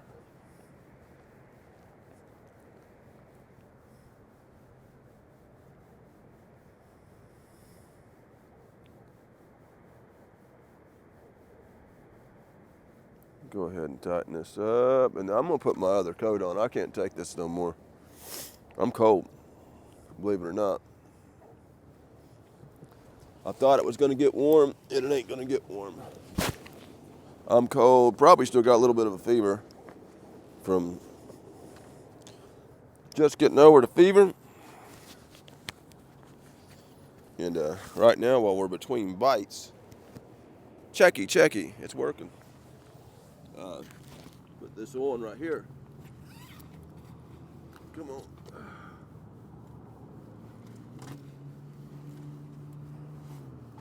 It is January.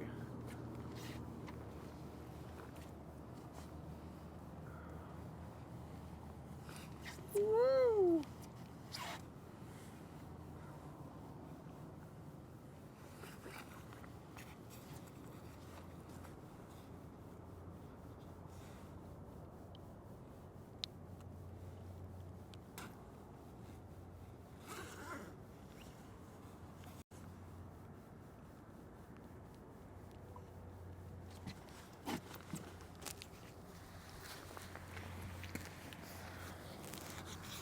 right.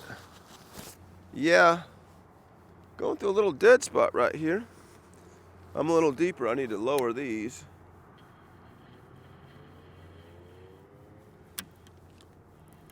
One up, another turn and a half. Get them where they can see them. With all that mud on them, you know they're tight to the bottom.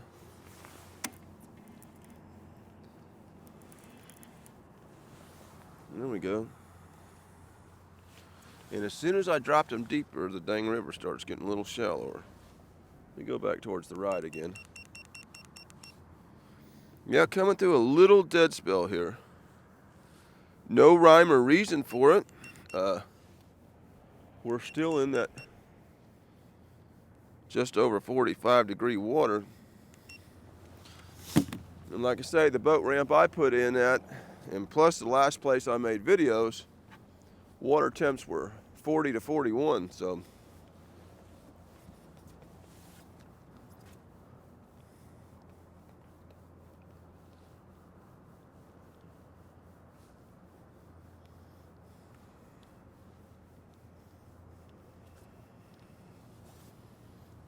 Got a few raindrops trying to fall. Just a few.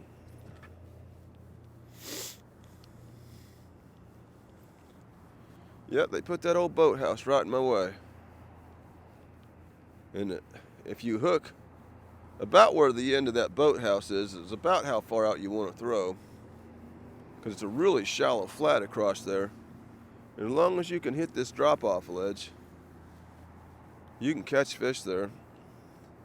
I would hit it with my 12-foot surf rods.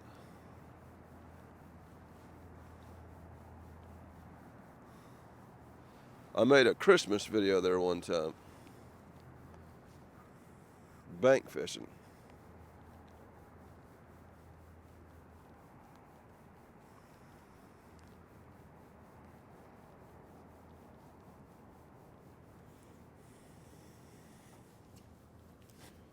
.38 foot.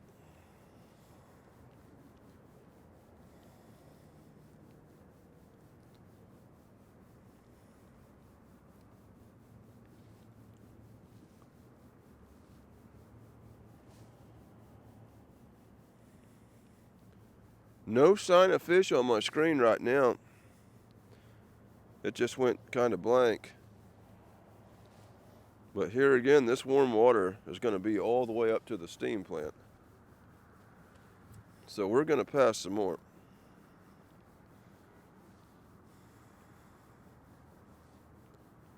I could throw on another planer board.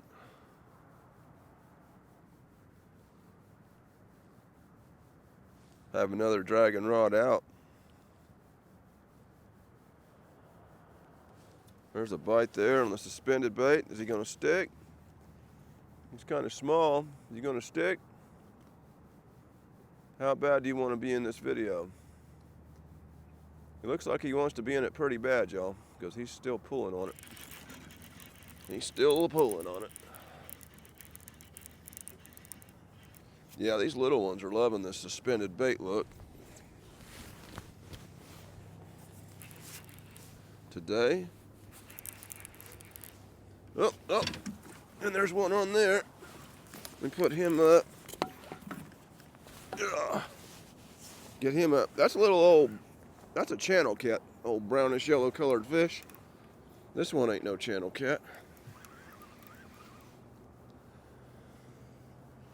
Dragon rod got one.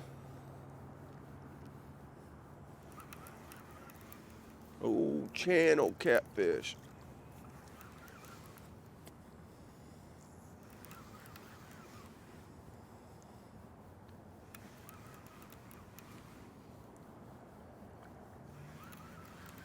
The one on the dragon rod's definitely bigger than that one.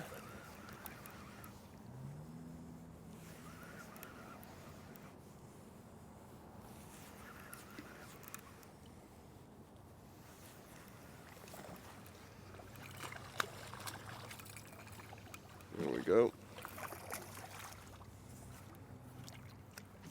Yeah. I don't know how I'm gonna do this. Them two's gonna tangle up though. They're gonna tangle up.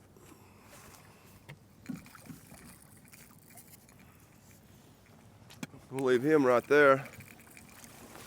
I'll pull this old channel cat in, since he's gonna be the easiest to deal with. Little old channel cat action out here in January.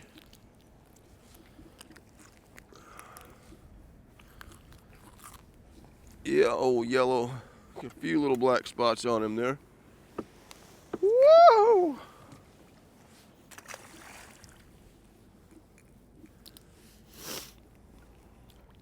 See if I can get another spot to hook that bait there. Yeah.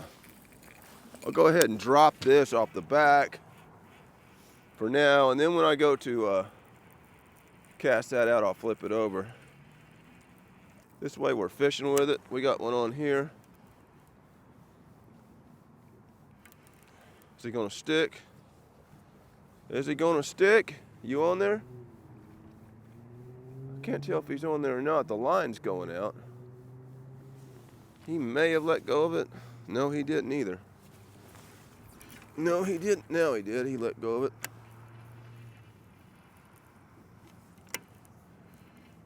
These are some pretty big hooks I've got on these suspended rods. And so it's a little harder time sticking these smaller fish, because they just don't pull enough to initiate a hook set with that big of a hook. Now this old blue cat, on the other hand, he pulled enough to get that hook set. He's a little heavier fish than what we've been catching him. I might actually, he's just big enough to put a net on. I don't think we've used the net all day, have we? Or have we? He's just not longer than some of them, but just a girthier, thicker fish. Got a little weight to it, a little belly.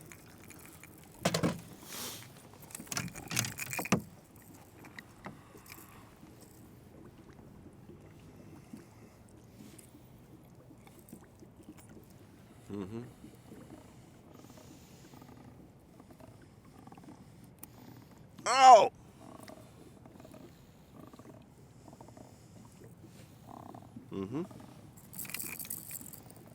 Where's my rag at?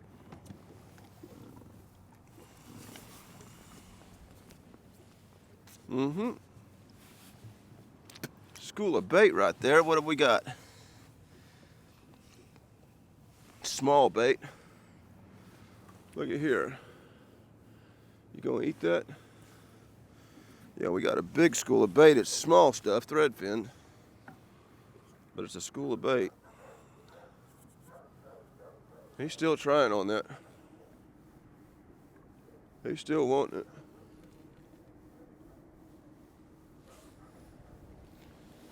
Big cloud of bait there. Yeah, he's just a little thicker than some of them. Yeah.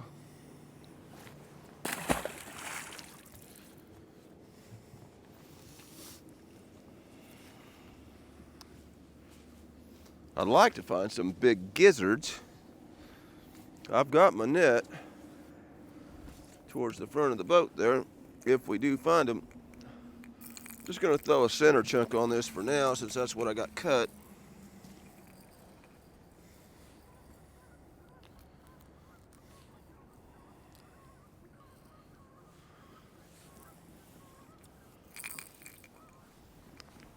I like the heads just because they stay on the hook, usually even after a few bites.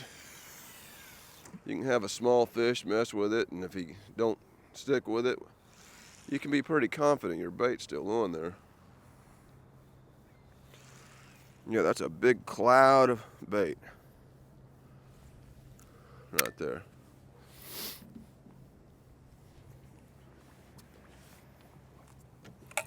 Speaking of gizzard shad heads, I'll get a few more out.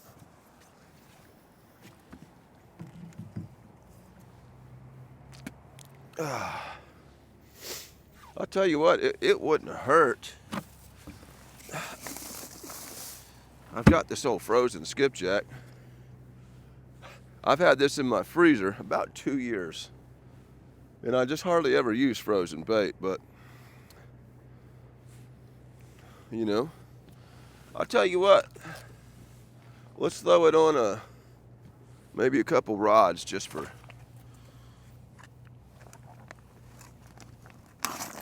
giggles here and see what happens. You never know, you know. Get one of them out. A little different flavor.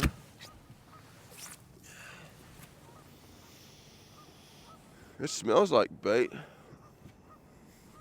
Yeah, I caught these back in the fall a couple years ago, and I would throw them in this icy salt water, which would immediately flash freeze them right on the spot. And then, of course, when I vacuum sealed them, they were already frozen. And I'm gonna cut some off and just see what happens. Let's cut one up. I went through the trouble of vacuum sealing the things. Sometimes if I take a road trip somewhere, you know, and you're not sure how hard it's gonna be to get bait, I'll throw a couple, I'll throw a few of them frozen skipjack in the box, and that at least gives you something. Finally got one on this rod. I wish I could have cleaned my hands off a little better before I grabbed it.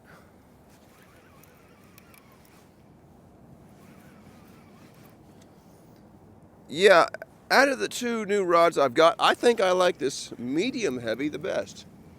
It's still heavy. It has the right amount of flex.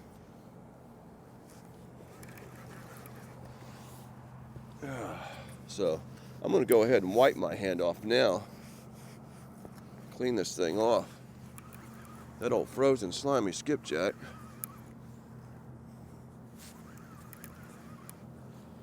Yeah, we may throw some of this on.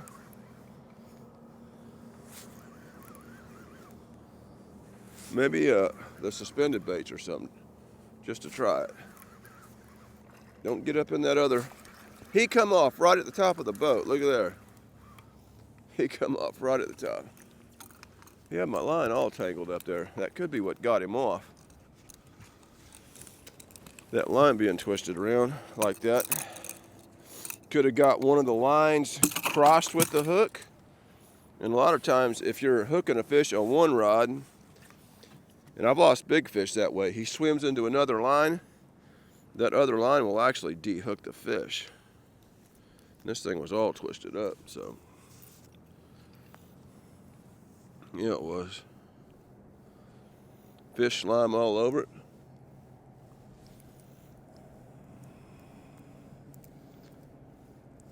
There's getting a bite there. He didn't stick.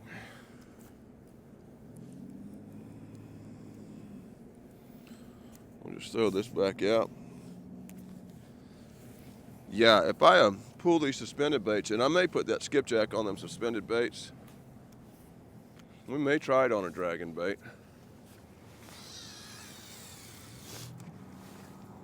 Now, I am not a fan of skipjack in the wintertime. The fish don't seem to like, this water's getting shallower. The fish do not seem to like skipjack in the winter. They want shad. But frozen skipjack is another animal. It has a different smell, a different taste. I see why I'm up here on this channel edge. That's why we're getting shallower. I got to flapping the gums, cutting up bait, and didn't realize we're coming up onto this channel edge here. I got real shallow there.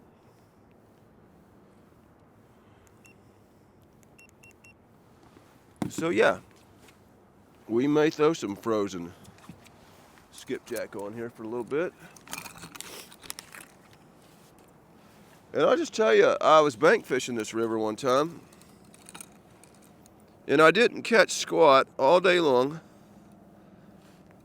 And I had one piece of a frozen skipjack out, just like a tail section of frozen skipjack out. And that's the bait I got hit on. It was about this time of year. And I caught a 48-pound catfish. Matter of fact, sitting right over in that corner on a piece of frozen skipjack. So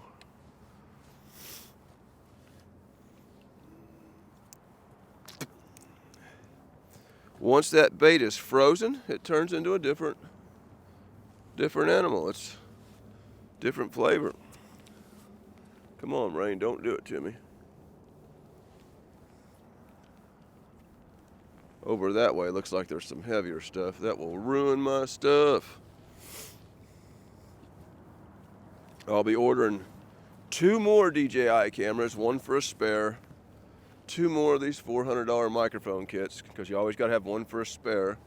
Because you can come out here when the Weather Channel says it's not going to rain, it's done for the day, and you're going to come out here and get soaking wet.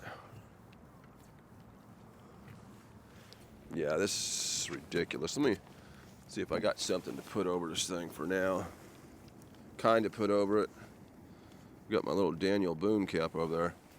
Don't look like it's blocking the picture too bad. Maybe that'll stay there because there's no wind to speak of to blow it off there. And it's not a hard rain, so. Yep, let me go ahead and flip this down. I'll tell you what, y'all. Let's go ahead and throw one more dragon rod with some skipjack on it. Frozen skipjack. Let's see what happens.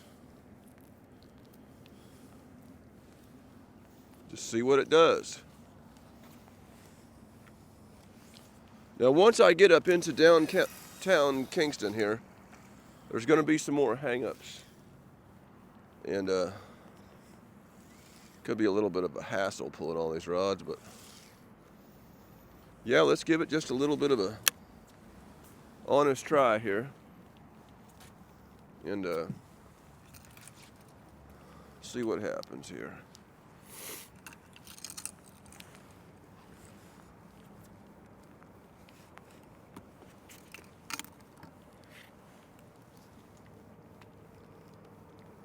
You never know.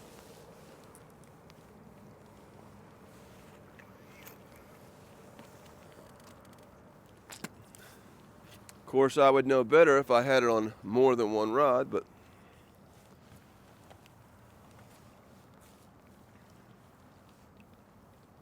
let's I might go ahead and put it on another rod, on a suspended rod. Go ahead and get the stuff over here. Shake these old nasty guts out of it.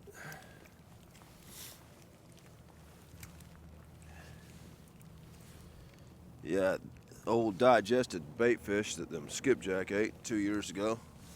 Oh, we're hooked up on that dragon rod. Right as I grabbed that old slimy bait. We got one on the yellow spook, man. Look at here. Let too much line out of that.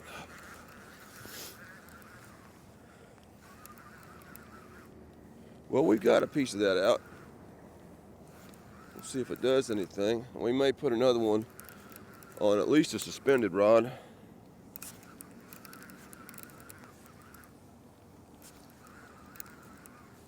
See if there's any kind of magic to it.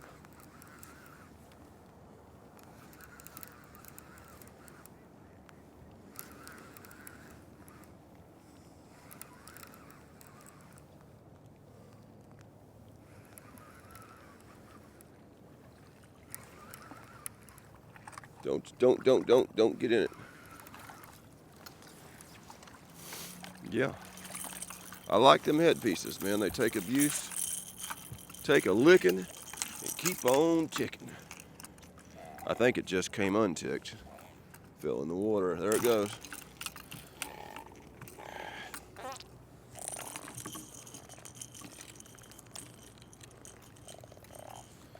Yeah. Come on. Open that beak. Yeah, when they got a gut like that, man, they're eating these small bait fish in here. They are on the feed.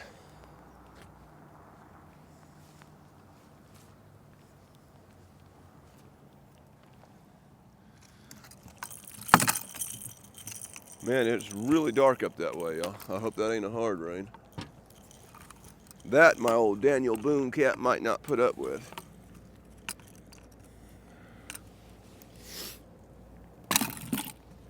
See what it says. Battery's good. Gotta check the camera batteries. Just throw a center chunk for now since that's what I got cut.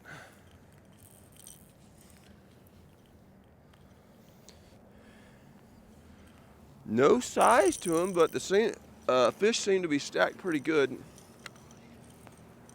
in this warmer water. We're not going too terribly long without hooking up a fish.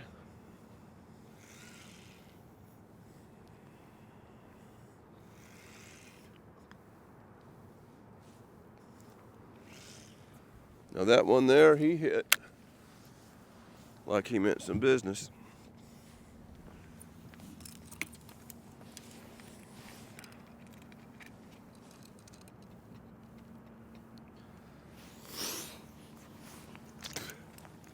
I need to keep redirecting my boat here. The wind, the river channel takes a hard bend right here.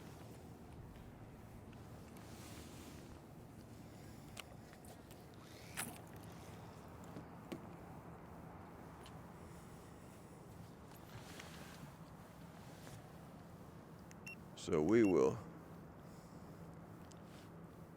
do that right there.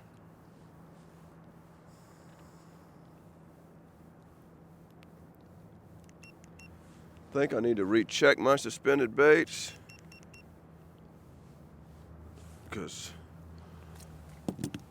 we are a little deeper now. Oh, I'm getting hung up right there. Don't do it. Don't make me pull it all in. See if it'll come loose. It may or may not.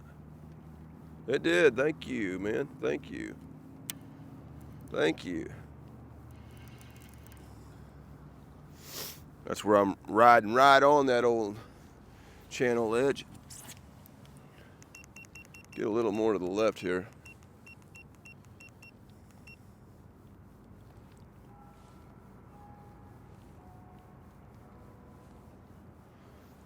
Them old church bells, I hear them every time I fish down here. Oh, look at there, on the frozen skipjack. So it looks like we do have some bait with that frozen. And this one here is getting hit too. He's playing with it. So we did get hit on the frozen skipjack. Look at there, I'll just put some more on there.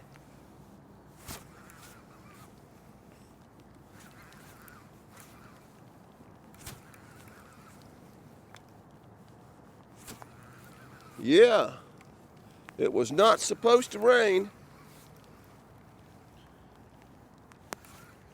I'm out here with the pneumonia and flu. I'm gonna get my head wet. There's one on the suspended rod. There. We got him. We got him. Might be tripled up here because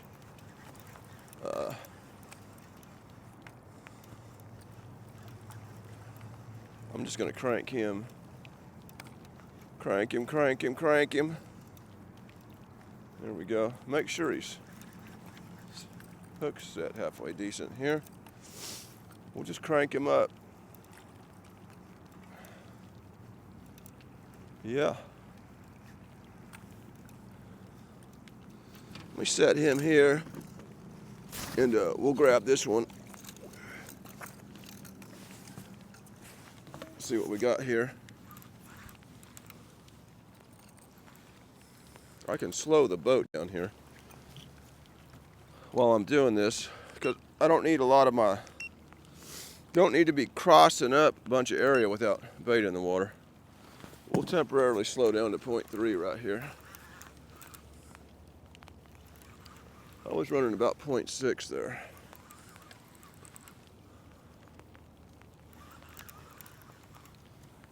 Yeah, this might be a better fish here.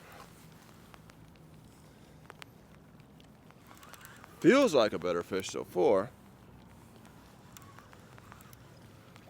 Let's see what we got here. That is a better one. No, he went right in that suspended bait. That's the best fish of the day right there. That's a decent one. I don't know what to do with this suspended bait. Just throw it up there for now. Yeah, that's a decent one there. Oh, shad center chunk. Yeah, I said if we got a decent fish, it was going to be up on this side of the river. That's a pretty decent one. He's heavy. Oh,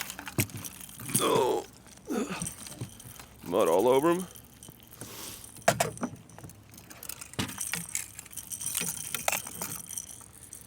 Yeah. There we go.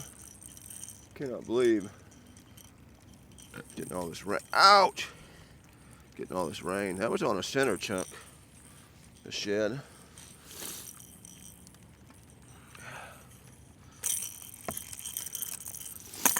He's the best one of the day. I'll pop a little picture of him for the social media here.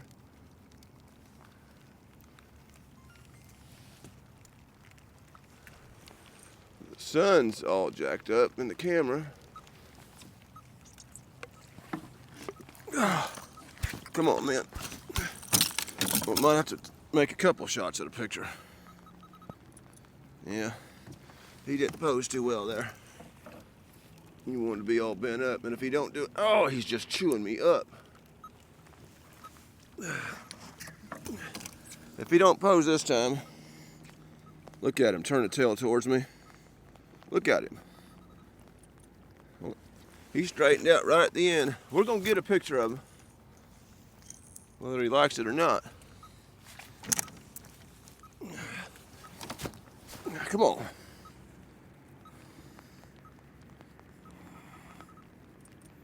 That's about as good as we can do.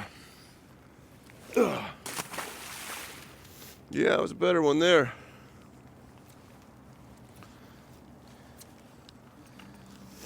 "35 foot of water here." That was on a little center chunk. Go ahead and redeploy the center chunk. It looks like pretty good hard rain up there, y'all.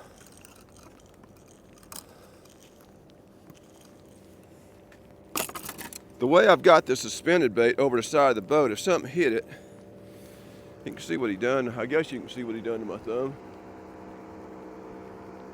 Turn this camera off. We'll go ahead and redeploy, because we know we got actually 3 rods I'm kind of not fishing with, because that one there, if something hits it, it's gone. Yeah, the suspended bait can get in the way of landing a fish.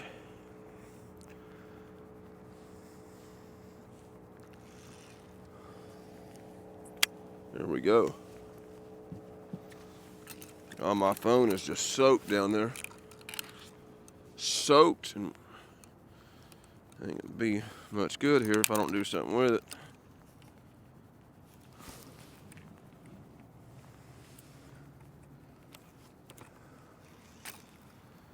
Okay.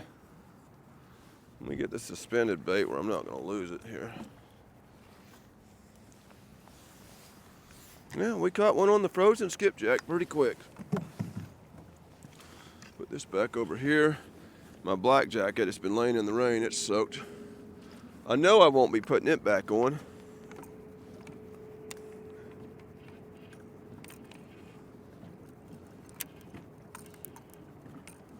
Okay. We've got that set now. Let's go ahead and... This dude's ready to come in, I'd say. I'd say he's ready to get off there.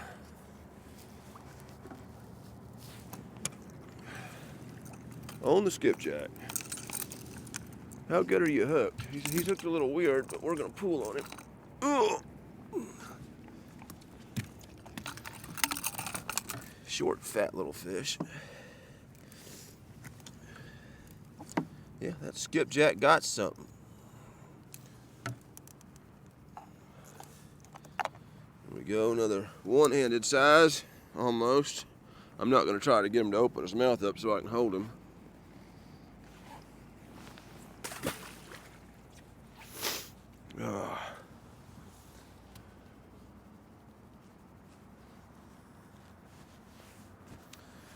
All right, y'all. I'm just gonna throw that piece of skipjack back out. When it's frozen like that, it's kind of oily. It lasts pretty good. Oh shoot! Oh shoot! On the drag. Oh, he come off. Okay, he come off.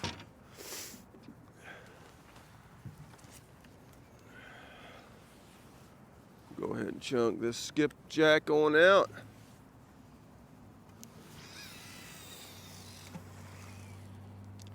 And then I'll check that middle one that just got hit. Go ahead and ease to the right here. And then I can check the other one, and then I'll speed the boat back up a little bit. Somehow that line wrapped around that reel.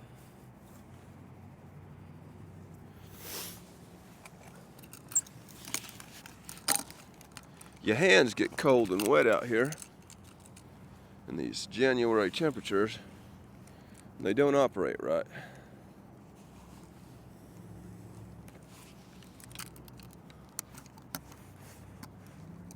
Yeah, I said if we seen a better one, it was going to be up towards this area. And we may see another one. Because there's a good half a mile of river up here that's pretty good normally.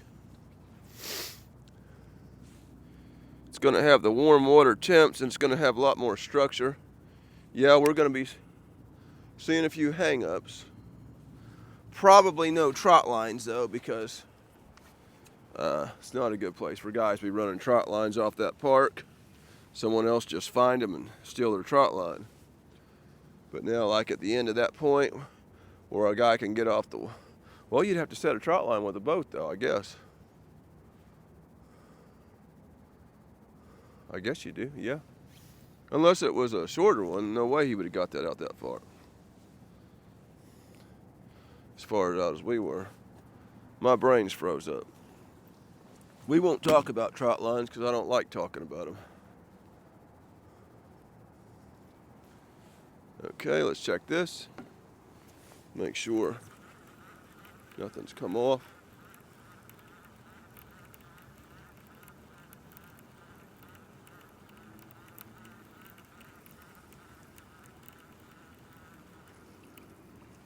It ain't come off.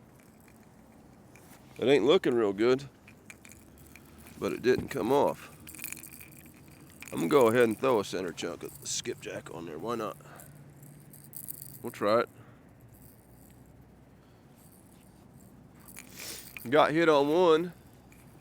Of course, now the biggest one did come on my go-to bait in the winter, which is them shad. So I might be jinxing myself throwing too much of this out.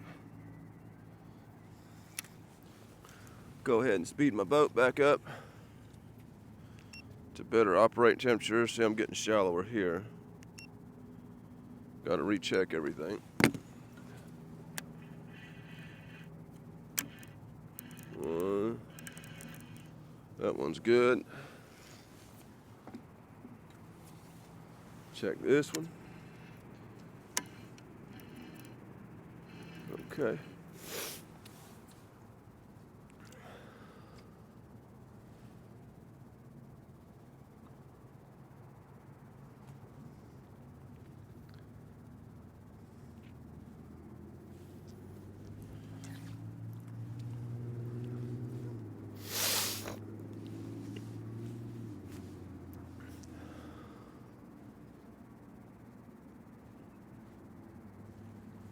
So now we've got 2 frozen skipjack on. Could have been a fluke, or they may eat it pretty good.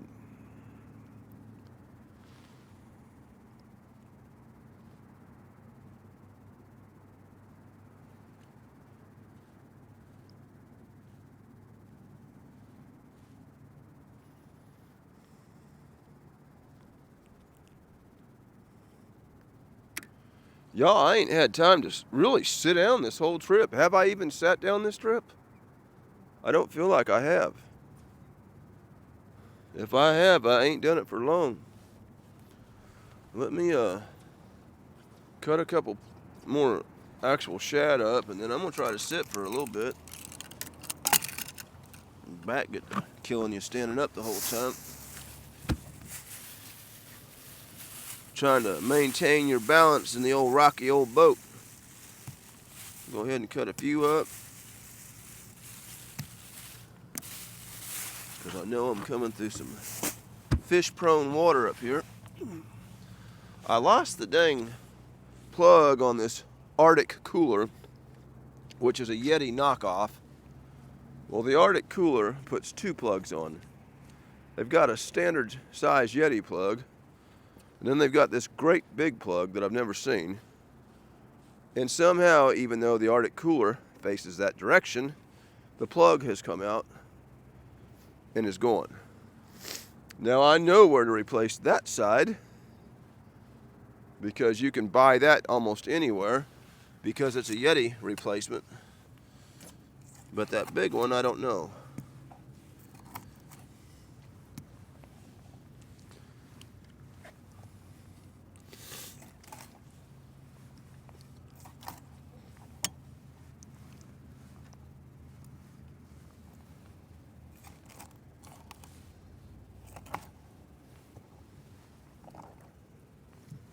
There we go. Get them all cut up.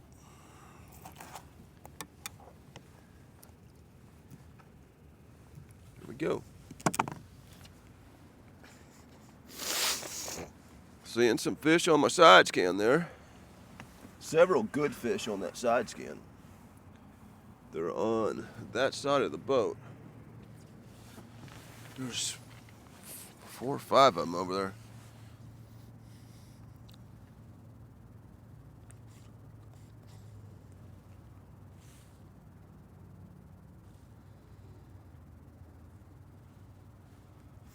Main reason I turned that on was it helps me pick out bigger gizzards easy.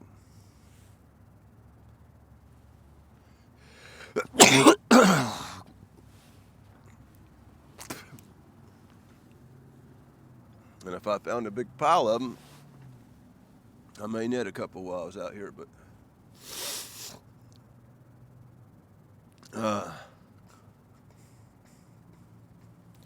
I have got to blow my nose, man. It's killing me.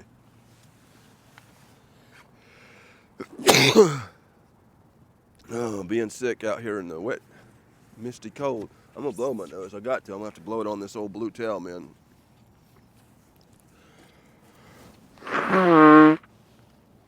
Dang. Oh, at least I can breathe for a second. I'll keep that one out to blow the old snoot on.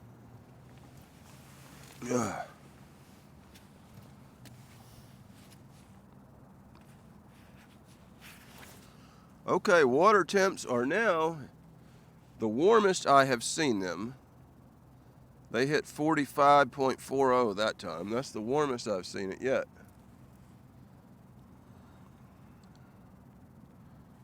So the closer we get to this steam plant, it slightly gets just a little warmer. I can see it from here up around the bend.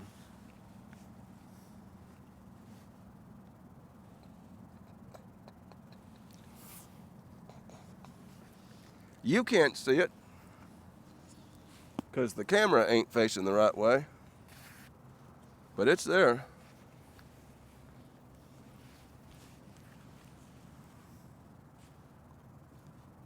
Yep, going through another little dead spot here. I'd say it won't last real long. Check my time here. 4. This phone, man, when it gets cold, it don't want to light up.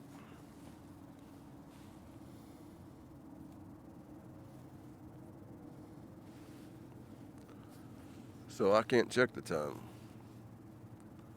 When it gets, oh, there it goes.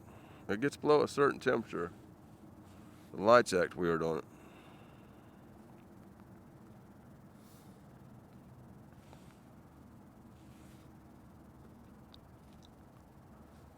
Yeah, we've crossed a couple of dead spells, but they usually don't last real long out here today.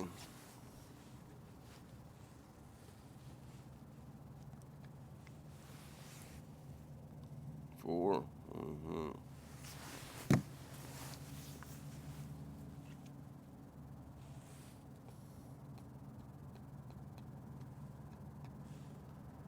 Oh, man.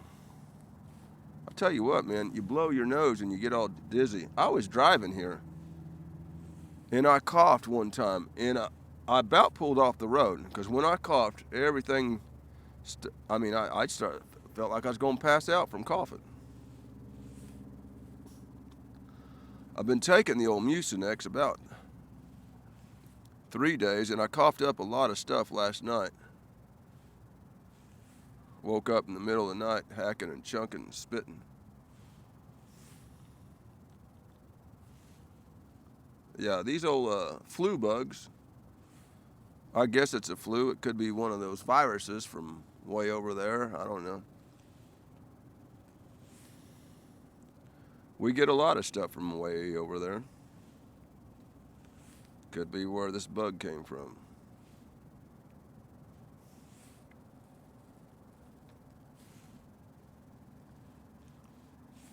Just a little bit of a dead spell.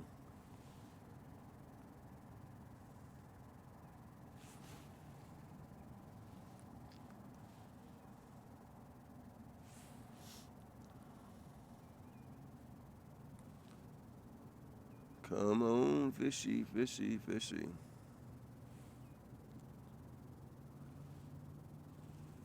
Come on, fishy, fishy, fishy.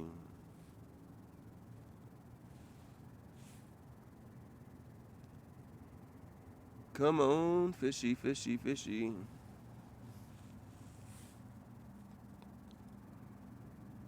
Yeah, it's hard to talk a lot. Pretty hoarse. I have people call me, and I don't even answer the phone for that, because, man, I don't feel like talking right now.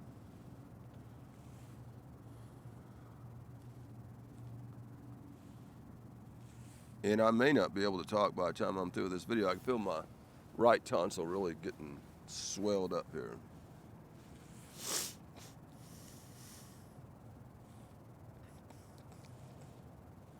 Cold, wet air, January.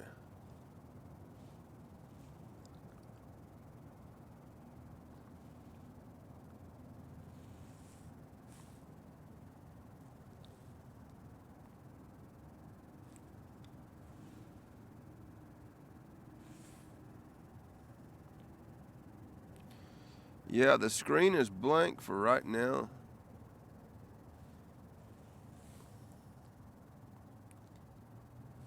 The fish, when you come across them, are definitely all in one spot. They're bunched together.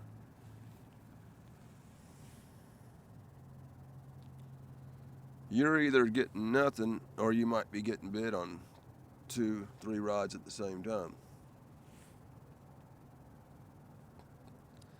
And we'll be bit again here before we get through this downtown Kingston, which is just up the corner.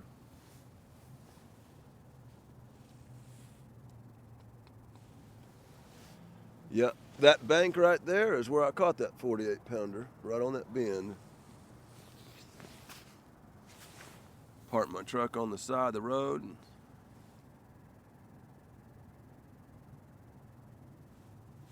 Climbed on down. Made quite a few videos in that spot. Old Duck Poop Doc made some videos. Kingston City Park, I know I made a video there. Caught a couple big fish, fall fish.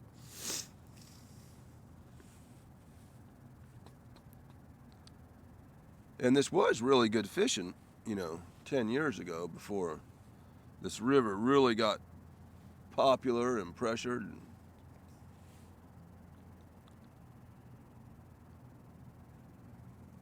You get these guys out there, they got these YouTube channels, and they'll sit there and catch fish, and they'll tell people right where they're fishing in the video.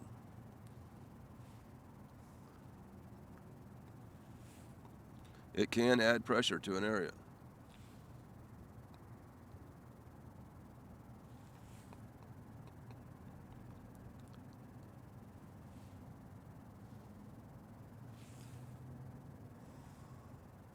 Well, I think this is the longest dead spell we've seen so far.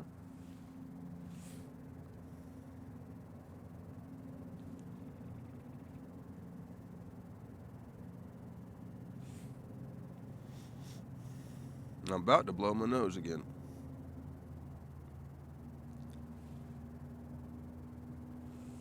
I just got excited putting that other piece of skipjack on, wanting to see what it would do. Now we ain't crossing no fish.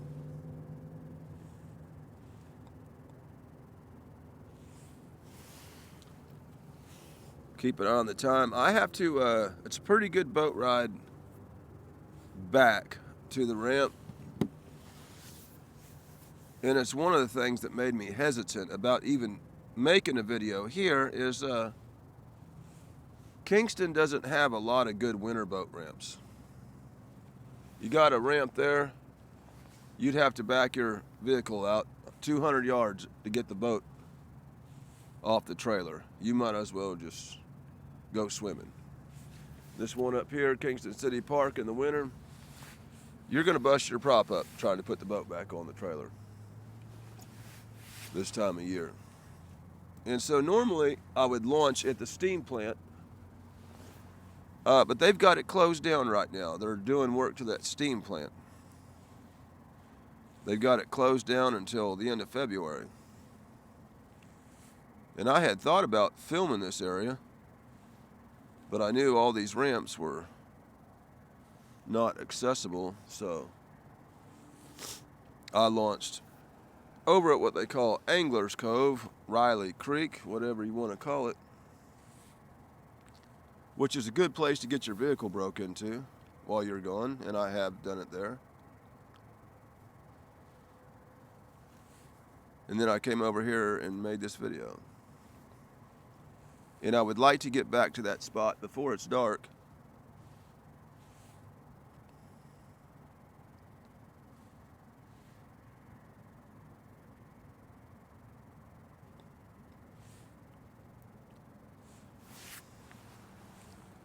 And it's a good, it's got to be a good, in this little boat, good 20-minute boat ride.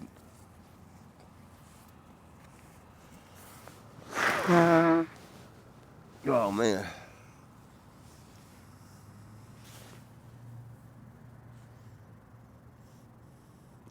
I'm telling you, man, after that last time I blew my nose, I'm just dizzy-headed.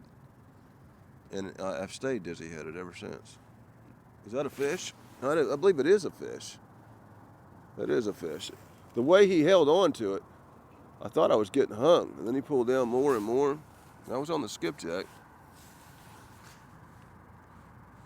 It looked like it was getting hung, and why I didn't pull on it. And then I realized, man, that's a fish. There we got one on the suspended rod there. Now there's a nice fish on the screen right there. That's a big fat one. Yeah, that's a good one there. He's not going to hit this rod because this rod's already got a fish on it. And that fish just come off, so. Little dinky one. I'll throw it down just in case the bait's still on there. Now we're getting hit on this rod. Like I say, you go through nothing and then just bite, bite, bite.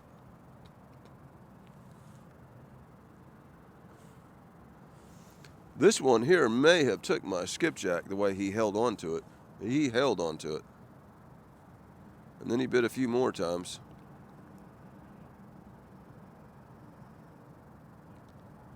Got some real small ones we're going through here.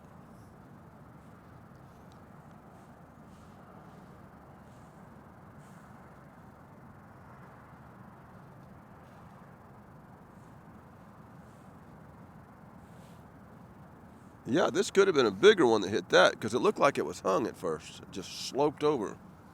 Then I seen him nip it a couple of times and he let go.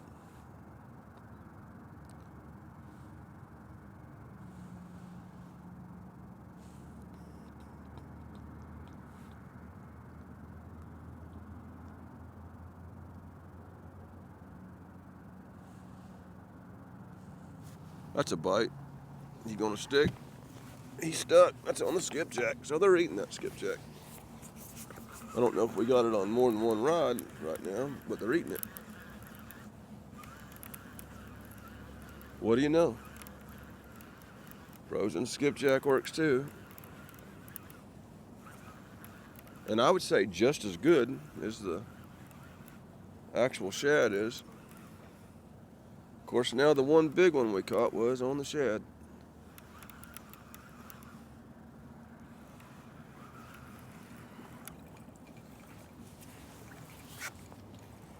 Come on up here.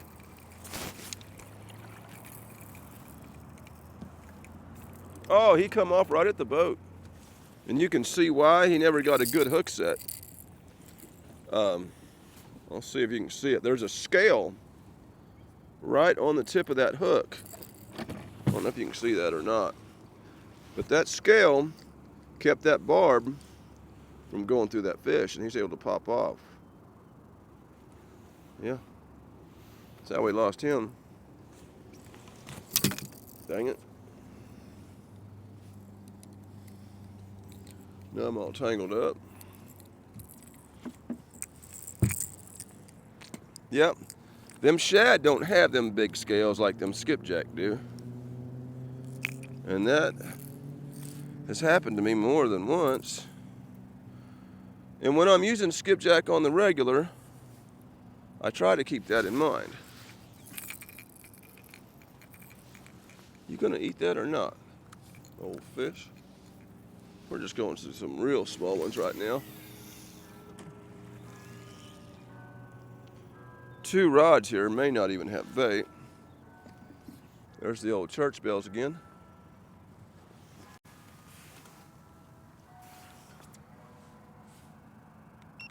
Go ahead and crank the boat left. Around this bend.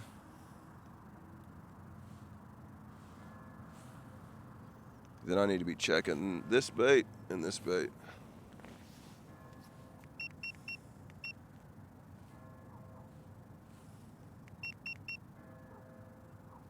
I doubt you can hear that church bell through this mic.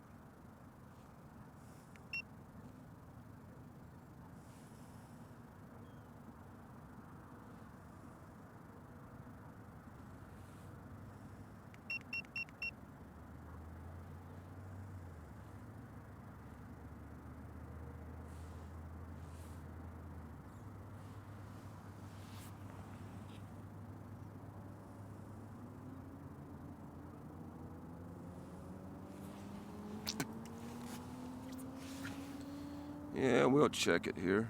Check this one and that one.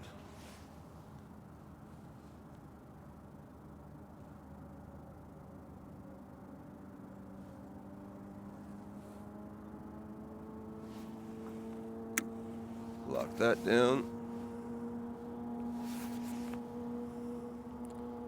There's fish on my screen. Small one.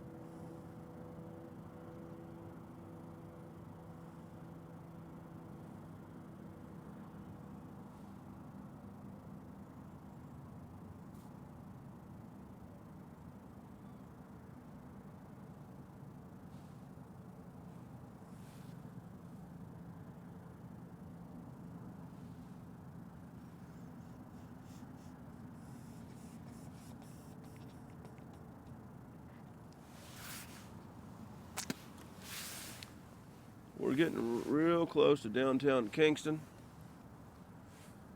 And there's usually a few more fish hanging around there. Like I say, there's some structure.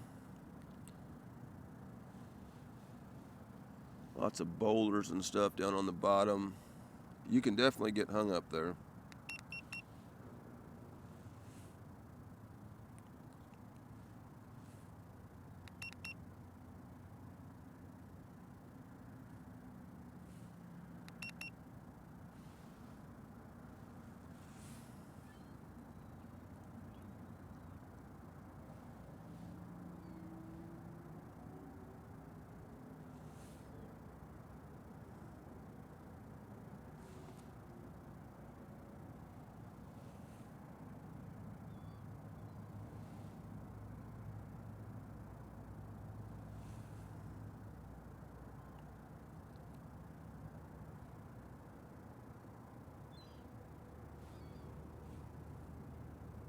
There we go.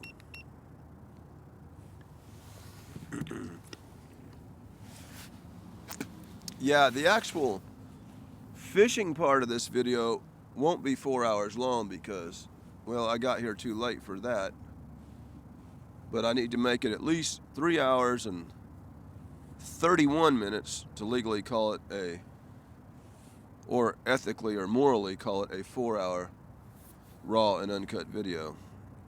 Because if I do a 3-hour raw and uncut, they don't get no views. People don't want to watch 3 hours, they want to watch 4 hours. The title says 4 hours, you're going to get some views. I don't know why. I don't care why. And that's fine with me because the 4-hour ones pay more per view than the 3-hour ones. I had some, there's 2 big fish right there. One right over the top of the other one. Hopefully we got bait on this one. I said I was going to check it. There's a couple good fish there. Don't mean they're going to eat, but these bigger fish are, they're a little smarter. They're spooky. If they've lived that long around here, they've probably already been caught a few times.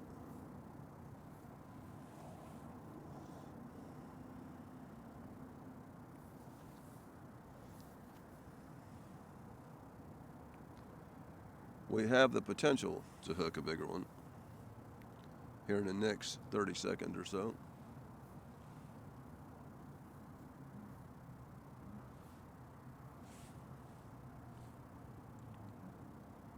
Okay, I need to be dropping these suspended baits. We're getting deeper.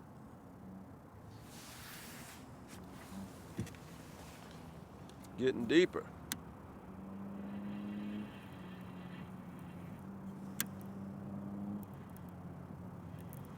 It's what I like about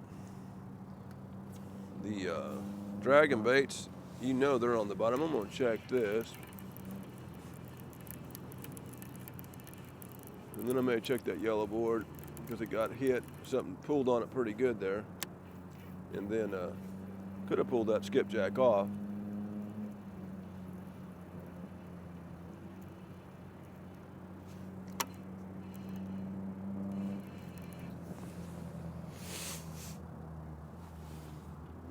Yeah, I'm gonna check this. It's a pain in the butt, but I think he got it. Maybe not, but we're better off to be safe than sorry than going through here without no bait. We're getting bit right there. Smaller one on the skipjack. It's there. At least I checked. Now I know it's there.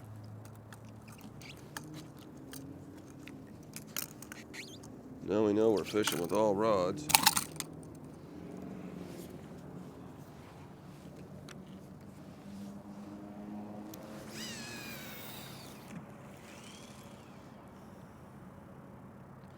Yeah, I'm getting chilled, y'all. It means my fever's probably coming back a little bit. Didn't quite let myself get over this nastiness before I got out here again.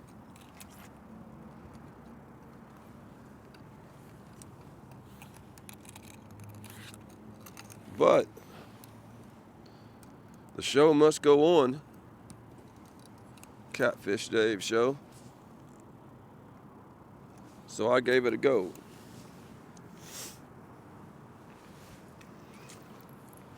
Yeah, I'm getting chilled bad. Oh well.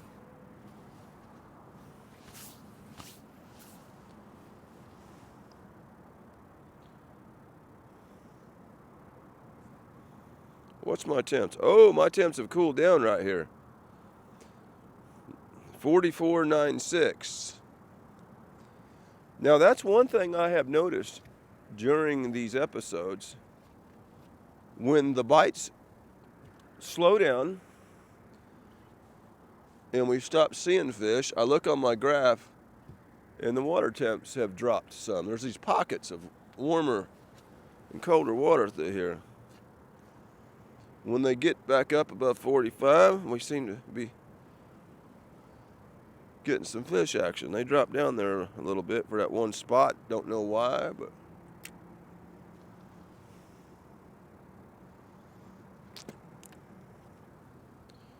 see if they come back up here.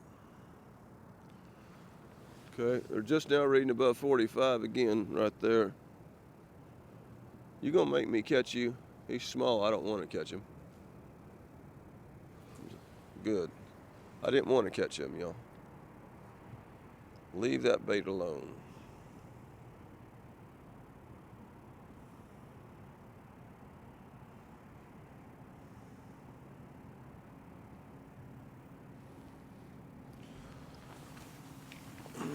Start going left here. Well,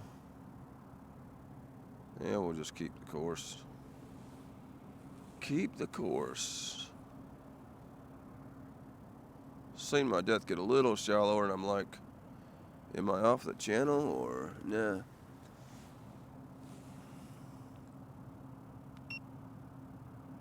We'll give it one slight turn to the left. Yeah, I do not want to be too close to that side of the bank. It's hang up city.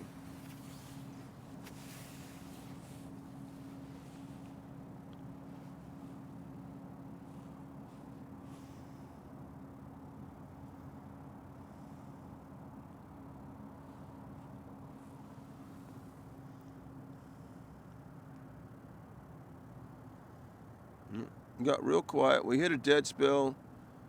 Got into some fish, caught that big fish. Now it's kind of a dead spell.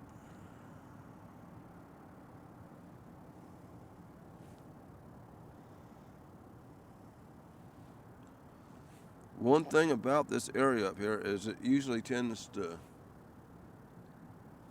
hold the better fish coming through here, if there's going to be any in here.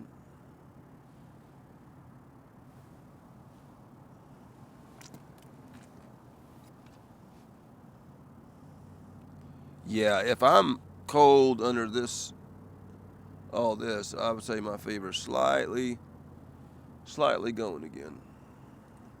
It's not super cold out here. I mean, it's probably upper 40s out here.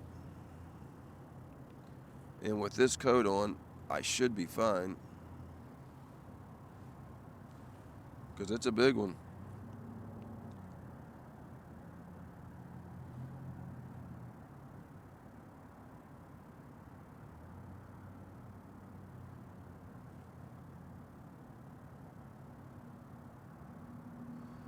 We're doing everything right.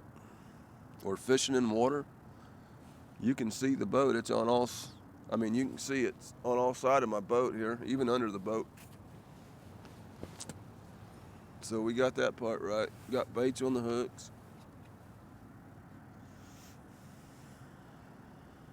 Yeah, these viruses, they can cause brain fog. The ones they got nowadays. Cause you to not think right. Cause you to not talk right. You gonna stick? He's holding it. Another small one, but he's holding it. He's holding it. Still holding it. There we go. That one stuck. We'll get him. He pulled a little harder.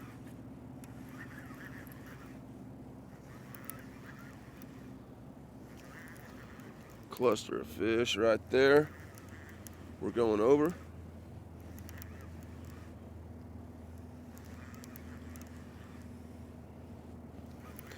Yeah, these water temps fluctuate up and down. I mean, not a lot. I mean, they haven't fluctuated a whole degree, but they are fluctuating.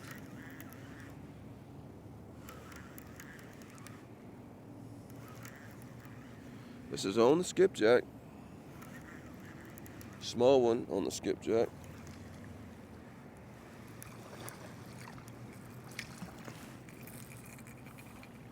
I'm a believer that the shad's the better bait, but I could be wrong. I'll go ahead and throw shad on again.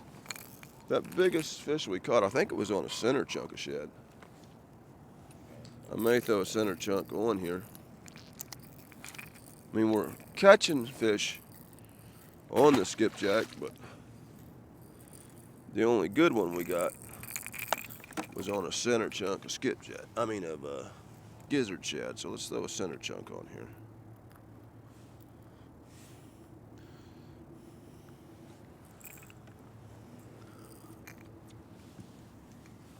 Can't hurt.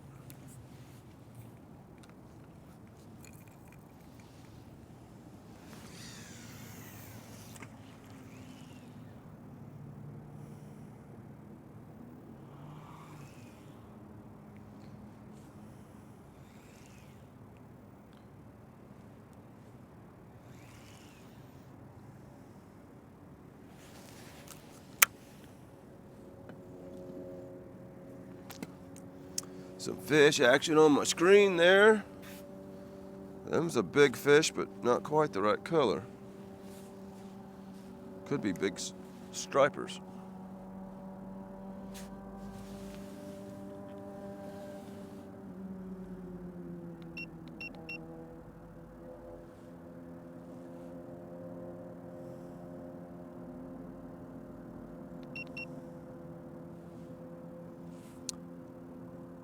Yeah, the temperature's actually cooling down right now, the closer we get to the steam plant. And here again, they may have run hotter water last night while it was cold, right? And that's the water that has worked its way down. And maybe here in the daytime, they're running less. And so as we come up on it, the temperatures right now is decreasing. But there's a bite there. Just about lost that rod. I don't know if I kept this fish on or not. I'm trying to keep him on. There we go. See if I kept him on. Yeah, I did. Yeah, man. I about lost that suspended rod. There we go. This is on the shad. We're technically doubled up here.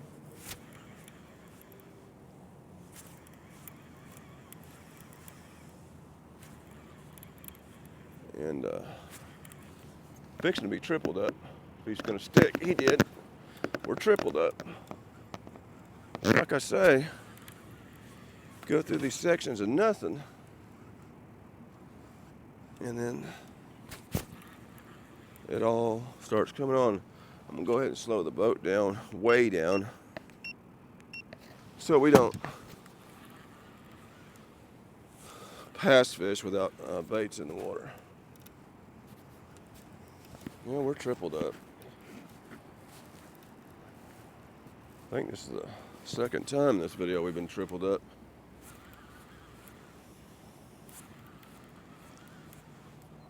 He's still on here? Yeah, he's still on there. Yeah, a lot of runts up here in this warmer water, but they are up here.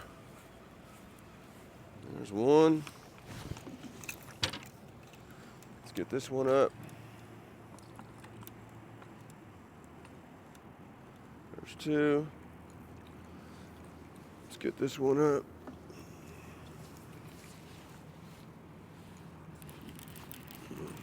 My ear just gave me this stinging pain. There's 3, tripled up. Yeah.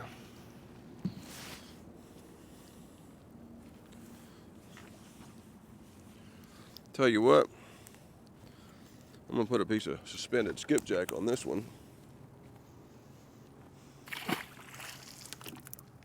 because we haven't tried suspending skipjack.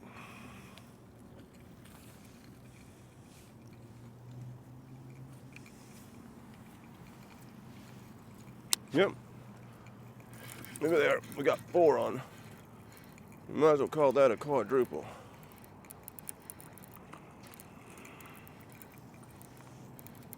Come on up here. Oh shoot, and another one. You might as well call it 5 on. Yep. Like I say, this is why I didn't want to patch the area up without baiting them water. 5 fish all of a sudden in one spot.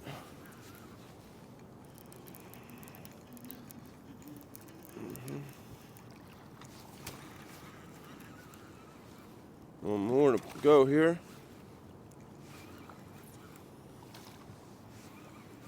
One more to go. He's getting in all these other ones.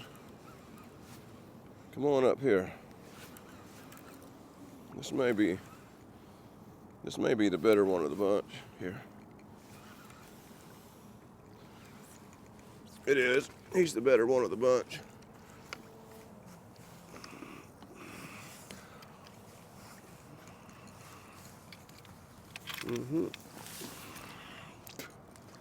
Yeah, he's the better one of the bunch here. Definitely bigger than the others. Go ahead and drop this. And then we've got 4 fish to get in here. We'll start with this biggest one.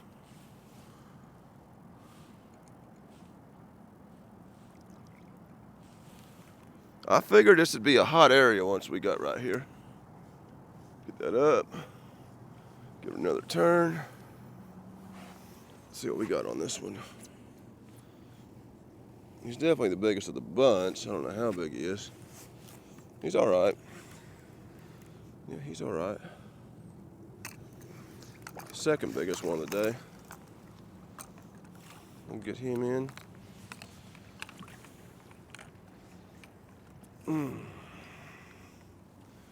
We'll get him on in.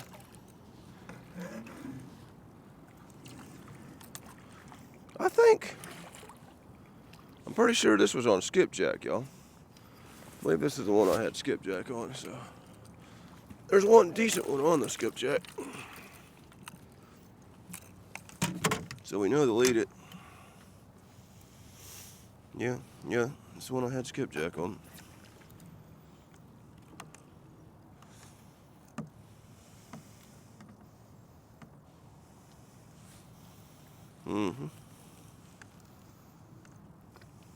Ow, man.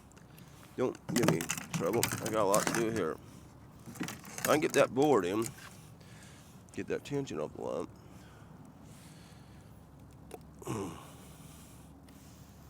Okay. And this one. Come on now. Don't go acting up, being all twisted. Out!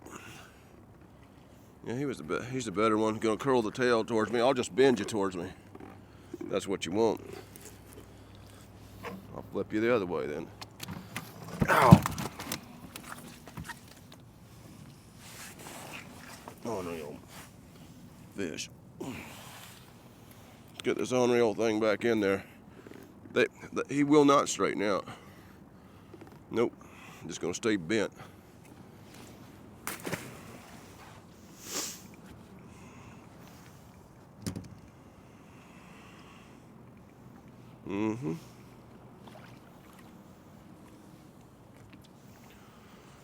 All right, y'all. I'm going to replace these and just throw them out as I'm pulling fish in. So we actually get baits out there.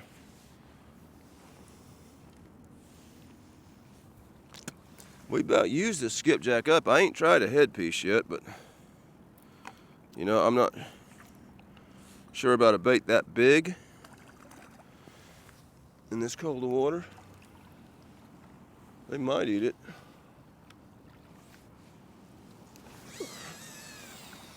Never know. But yeah, I'm getting hit here now. He's pulling on it.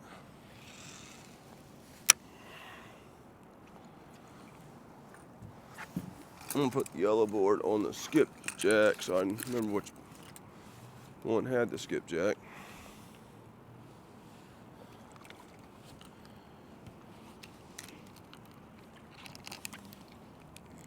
Yeah.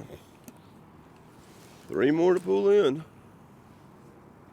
We're barely got the boat going at all here. I think I got it going 0.2 or something. Not hardly enough to get these baits out. It says, man, it says we're about going 0.0.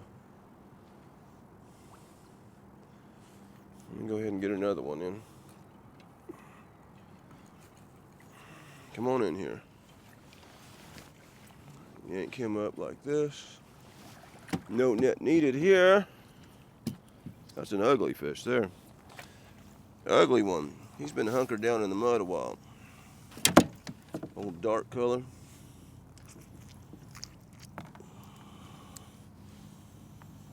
I'll just pull that off. Put a fresh head on there.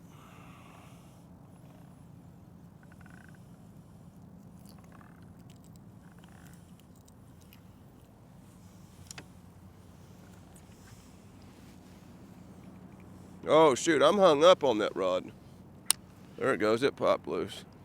Yeah, this is where you start seeing your hang-ups. Here, y'all.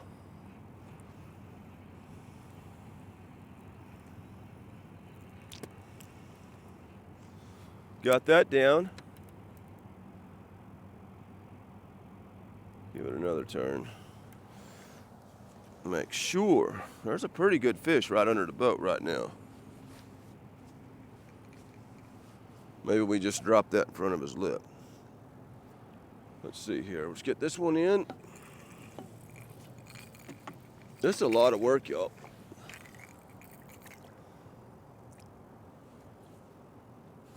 I mean, we've caught several fish today. Y'all, my brain fog is so bad here. I forgot this one laying on my cooler. Ain't even chunked him back in yet.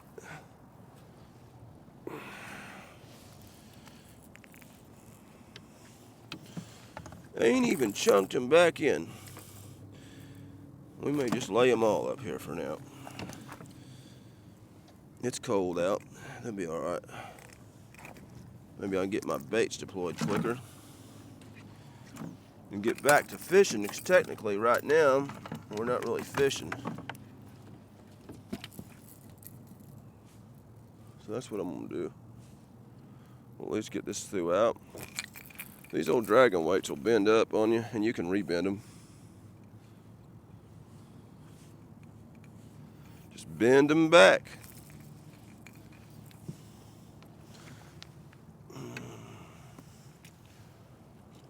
Throw a head on here. Yeah, the biggest ones have been caught on the center chunk or a center chunk of skipjack, not on the heads.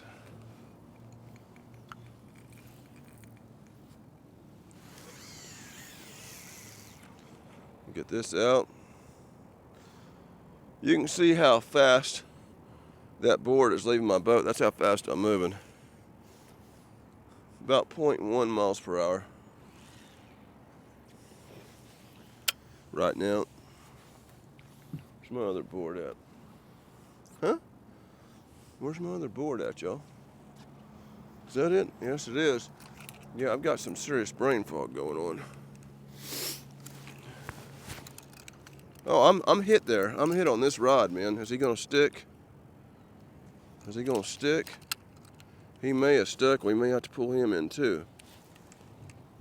I believe he did stick, y'all. I believe he did. Nah, he come off right then. Or did he? Yeah, he come off. No, he did not come off. We got him. We did get him.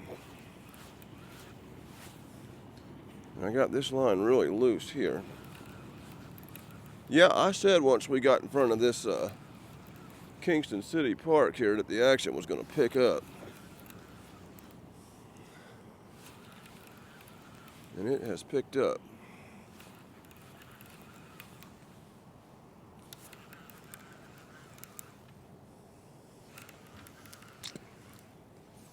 It hath picked up. Come on in here. I'm getting hit there, I believe, already, and I ain't even got it deployed yet.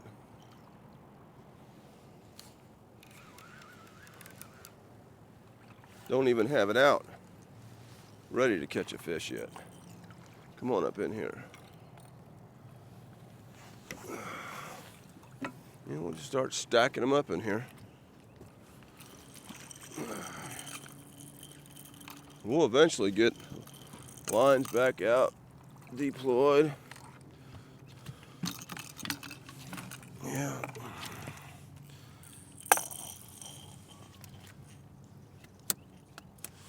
Still got another one we got to get in, y'all.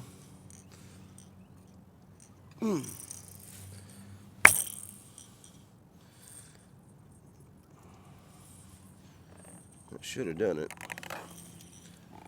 It did do it. If you'll open up.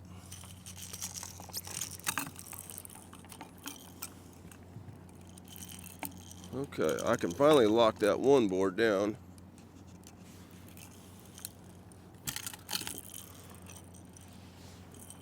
Yeah, this is a lot of work. No wonder I ain't been able to sit down today. No wonder.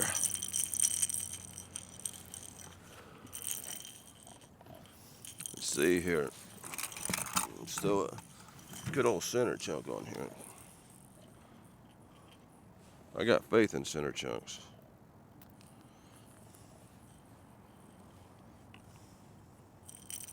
Okay. I will now set this over here. Give this a toss.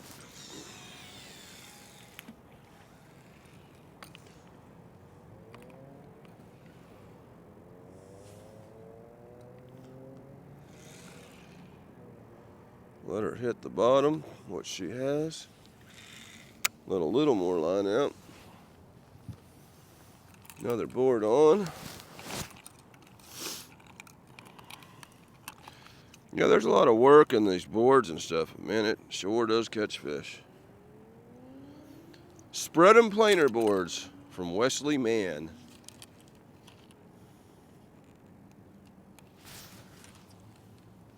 They work for me.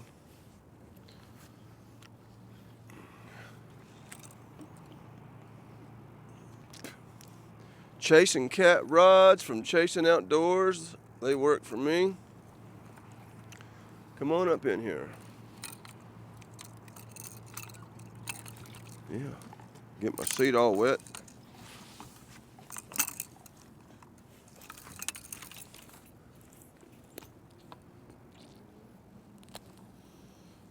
Come on.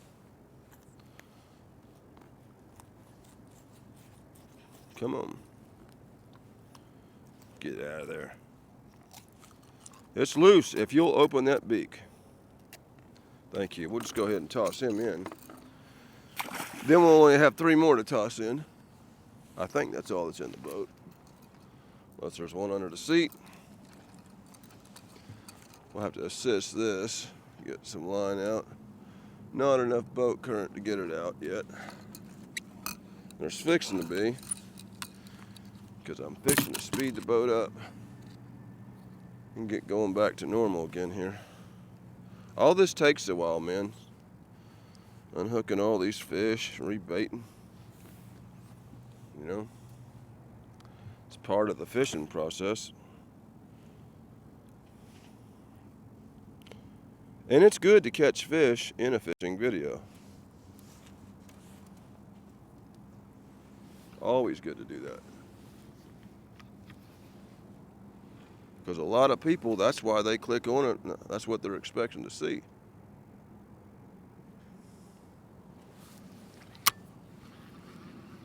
There we go. We'll chunk this on out.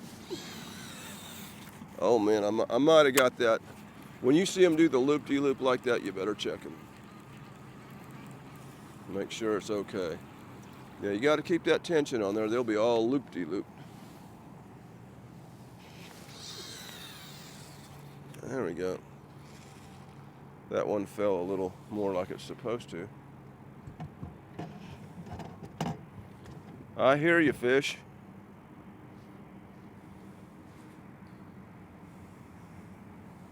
Okay.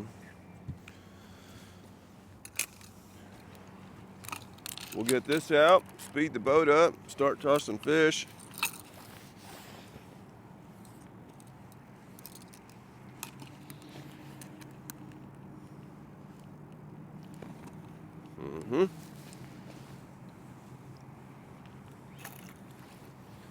That's gonna go in this rod holder. All right, y'all, let's give the boat a little speed up here. Get going normal speed. And need to go left here. Getting way too much out on that board. It's gonna get over there into Hang Up City. Now we'll get my actual speed up to about 0.6. That will get everything worked out, spread out. We'll go ahead and start tossing these fish. Yeah, old dark color. That one's been down in the mud a while. Yeah, another one.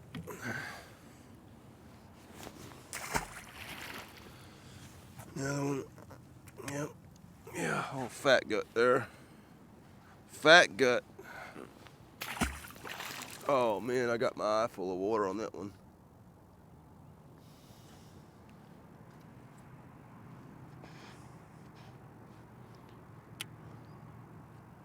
Oh, getting too much out on that line there. Too much out. Well, my face is wet now. My phone's wet from that fish. Oh, I don't have much to wipe my face off with in here. It's clean. This one here I can pull in a lot closer to me.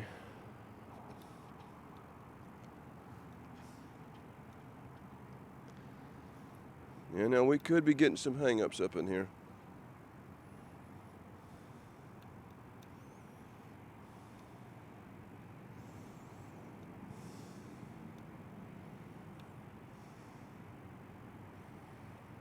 Okay. Well, y'all, just like any 4-hour video I've ever done, get my knife out of there. I've never made it through one of these videos without having to pee. So that's where I'm going. Oh shoot, I think I got bit. Taking care of business. I can take this hat off my camera. Stop raining.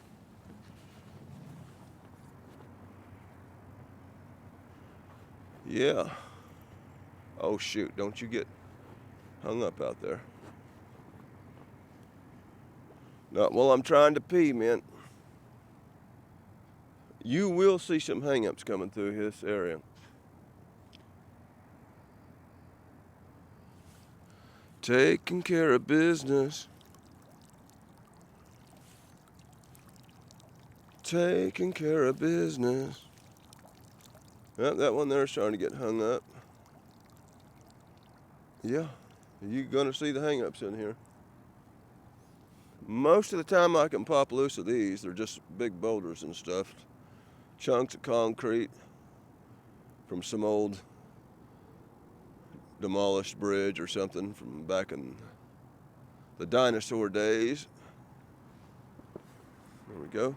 That might actually be a bite there on the yellow board. I got to get my stuff packed back up here. Yeah, we got a bite on the left rod there. He ain't gonna let me get my stuff packed in. Come on, dude, I was packing. Did you stick? Yeah, he stuck.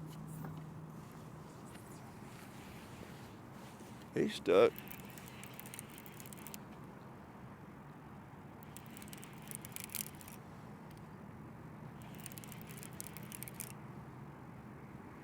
Sure did. I have to check the time. It gets dark early this time of year.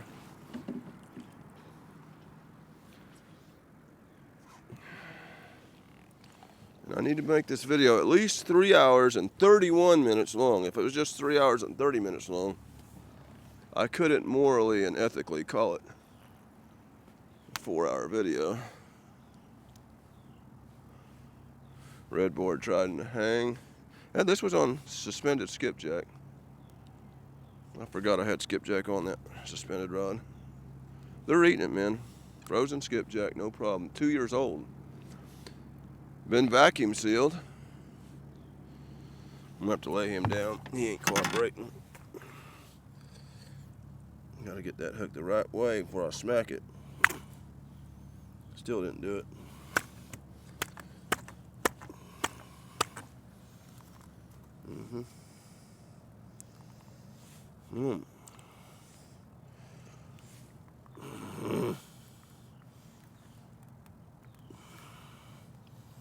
Might need the pliers on this one.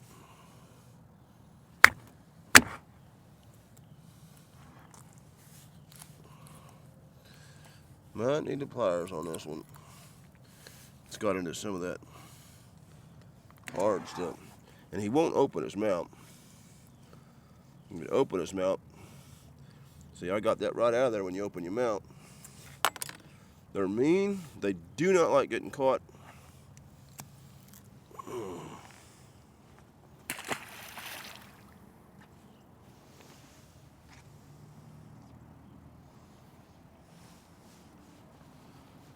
Trying to get hung up. Same area. Going in front of that park, that's probably that old bridge.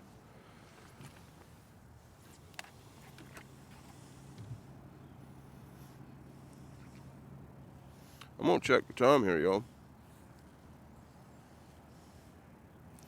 Because I am a good ways from the ramp that I'm going to. I'd rather get back there before pit start. Yeah, normally I'd have no trouble doing a 4-hour video. But like I say, you have the ramps you can't launch from. We're getting hung up there. See if it pops loose. You gonna pop? It popped, thank you. Going over a big rock. And so I drove to the Kingston steam plant ramp, hoping that it was open. Sure enough, there's this big lit up sign. Closed till something. February something. Make sure I got this right through all the flapping my gums. So then I had to go all the way back through Kingston, way up the road, out to Angler's Cove. I'm getting a lot of fish on my side scan through here.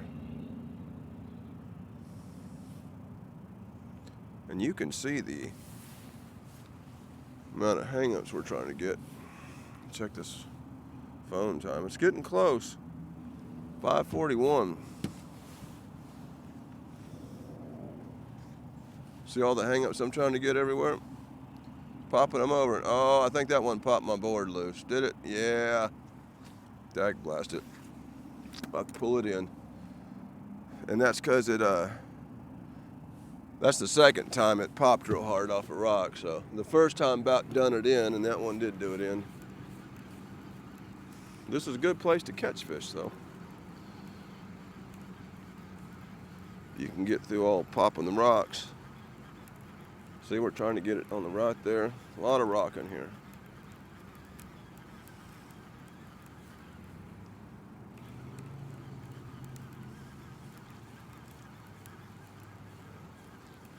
Taking care of business. Yeah. Make sure there's no skipjack scale in the way while I'm looking at it. And the fact that it's close to dark, hung up there, pop loose, and this cloud cover makes it a whole lot darker out here. Way darker. I'm gonna get this out. I may just drag this one behind the boat.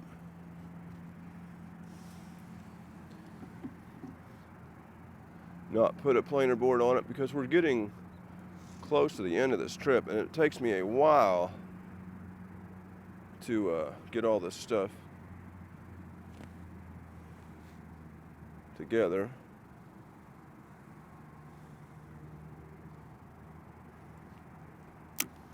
I need to check my camera time here because I have to have 3 hours and 31 seconds on here. Now that can be 20 minutes of riding the boat back to the ramp if I have to. Okay, 203 minutes. Let me figure this up, y'all. We're hung up here. You gonna come loose? You gonna come loose? It did come loose. That's what them dragon weights do. 203 minutes. 60, 60, 60. 180. There's a bite. 180 minutes was 3 hours, right? So 203.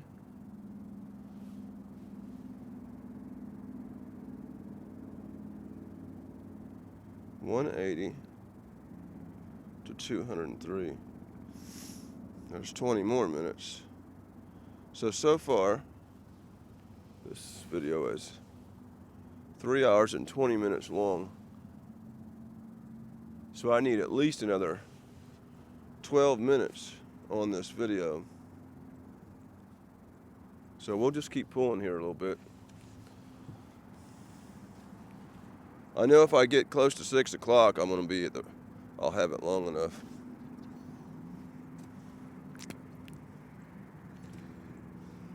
Did I say that right? 180 is 3 hours. 180 to 200 is 20 more minutes. Is that not correct? Yeah. So 3 hours and 20 minutes.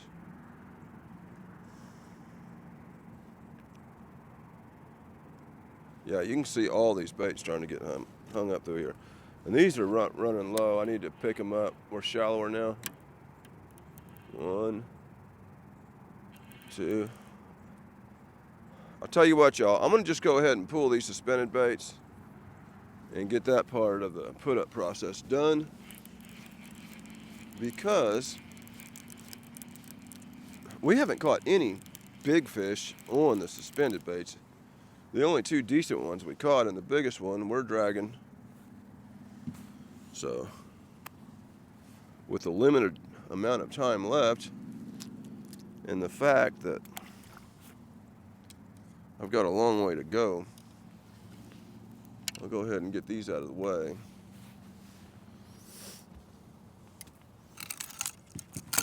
Yeah, don't need that out. I'm not going to be cutting up no more bait. I got plenty of bait out.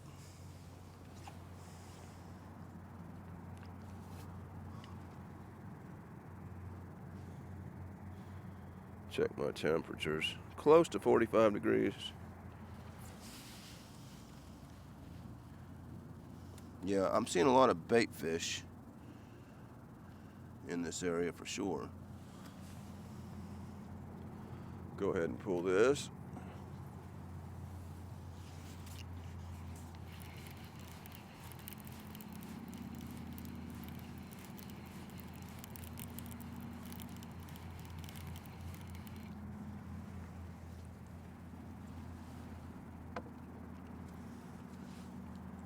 Yeah, we know they will eat frozen skipjack.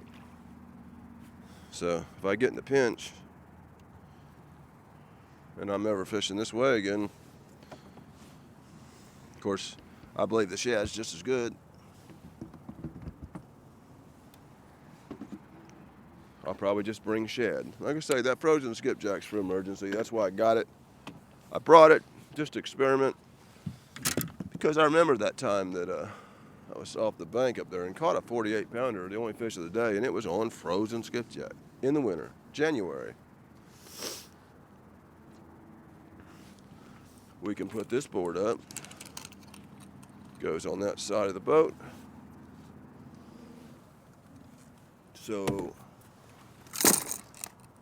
we will trying to get hung up, and it's pull and drag on that one. Yeah, okay, y'all, it's pull and drag. We're gonna have to stop. Have to try to, oh, look, coming across here too. So we've got something going all the way across the river. That side popped loose. That's a bite on that one. That's a bite on that one. I got one hung up, got a fish on this one. That one's trying to get hung up again on the right. This one just pull and drag out. I'm gonna go ahead and slow my boat way down since we're pulling drag here. Yeah, I just seen oh shoot. I just seen a school. Now that looks like some bigger shad over there, closer towards the bank. So I know they're here now. If I come out here again anytime soon. And here again, I don't fish this section of the river much. Look at him going right into that other line. Get out of there. He's gonna get it. If he does, he'll definitely be pulling in. Did he get over it? Did he get over it?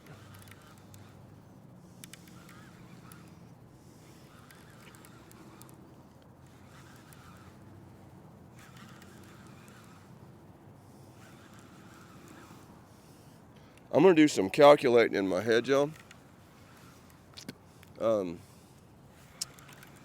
Let's see. So 180 minutes is 3 hours plus 31.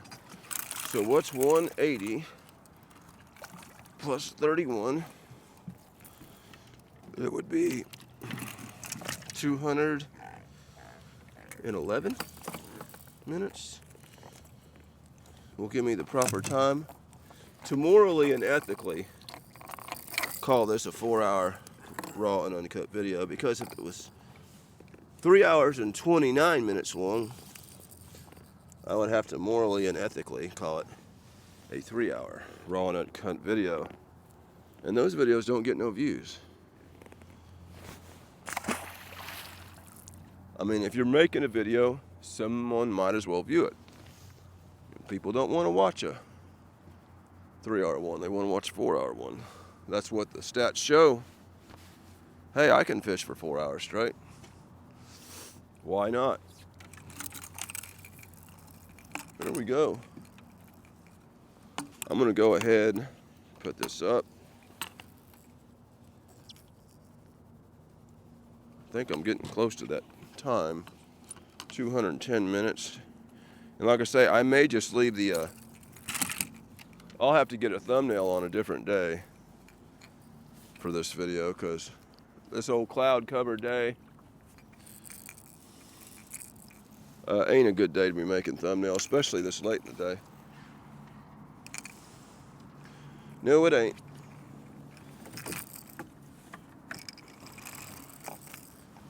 And I guess the interesting thing to see now is how hard it's going to be to get this loose. And it may pop right up once I get on the back side of it. Unless you've caught that hook in someone else's actual line or a trot line or something, you can usually get those dragon weights out of anything they came in. It might take a little persuading. We'll find out here shortly for those that have watched this long. And I may even Google how many minutes is in 3 hours.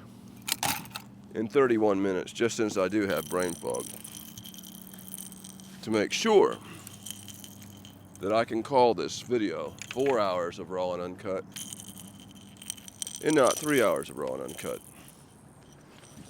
For the record, I hadn't done one of these 4-hour videos in a while, but I had put out a video on my channel that was an hour and something long, like an hour and 3 minutes. And this guy comes on and he comments, he says, "Make fishing videos, not hour-long movies." So this video is for him, and he's the one that said, okay, just for that comment, it's time to do another 4-hour raw and uncut. That's what I think about that. I'm in a ornery mood out here with the flu. Most anyone would be out here in January.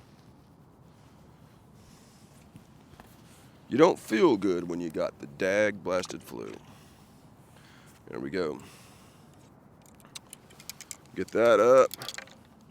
We'll reverse the tension off this boat here. And pull my trolling motor, start warming up this other motor. And once I get this bait in, I'm actually gonna Google how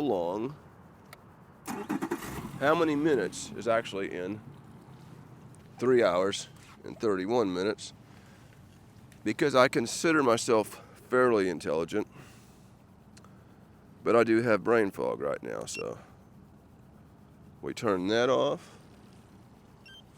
turn that off. I'll pull the trolling motor, get my net in, and we'll see how hard it is to get this hung up line in. I'm sure people are interested in knowing how hard it is to get in. I know I would be. Thank you. While I'm here, I'm going to go ahead and deploy this spot on this motor that keeps it from raising up down the highway and the prop rubbing the highway. I've had that happen before. So from now on, I always set the height adjuster on this trolling motor back down to the lock position at the bottom, even though I tie it to the boat, because this is a very expensive trolling motor. And yeah, so that's what we're going to do. I tie it to the boat just to ride down the leg, just because of the shaking it does.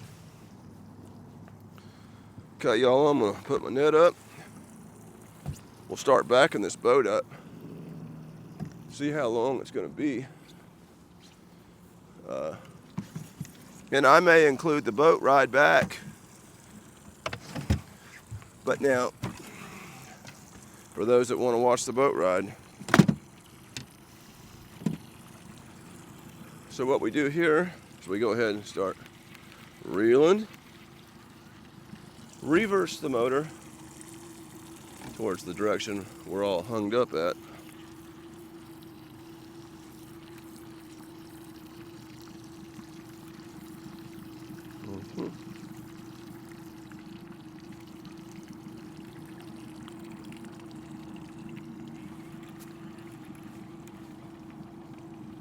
And as long as I go exact opposite, I'll tell you what, while I'm here, let me go ahead and get this planer board off. Hurry up before it catches. Go ahead and take this off now while I got it. That way, in case I do break the line, I won't have to run this thing down.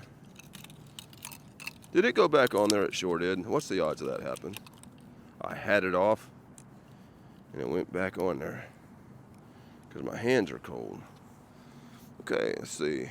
That goes over there. Now we got that loose. Now let's find out where the snag is. If I get on the other side. Okay, she came right up, man. You just got to give the line a little pop. Loosen up that tension. And they usually pop up. Just some big old rock. That's the purpose of a dragon sinker. You hardly ever lose them. Here we go. Chasing cat, chasing outdoors rods. If you want to watch the boat ride back for a while, you can. I won't stop you. All I know is I'm going to be there right at dark. And I'd like to Google how long, watch this. Google will tell you anything you want to know. Okay, watch this. I guess they'll tell me.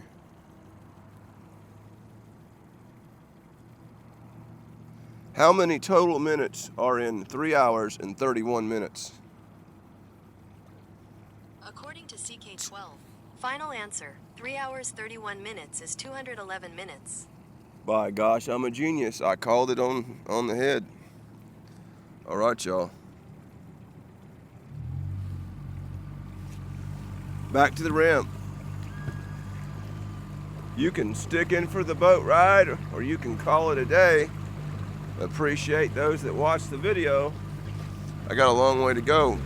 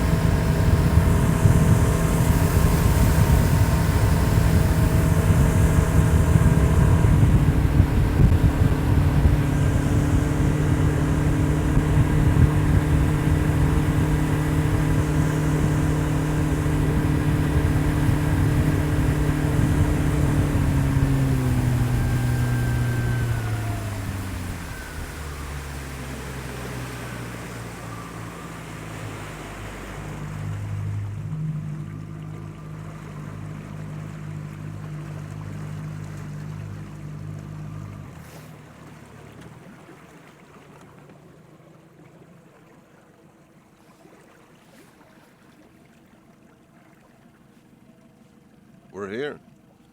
There could be some people that watch that whole entire boat ride. By the time I get in my vehicle, get this down on the water, that's assuming it starts. I should have this thing on the trailer and unloaded by dark. There we go. Here we go.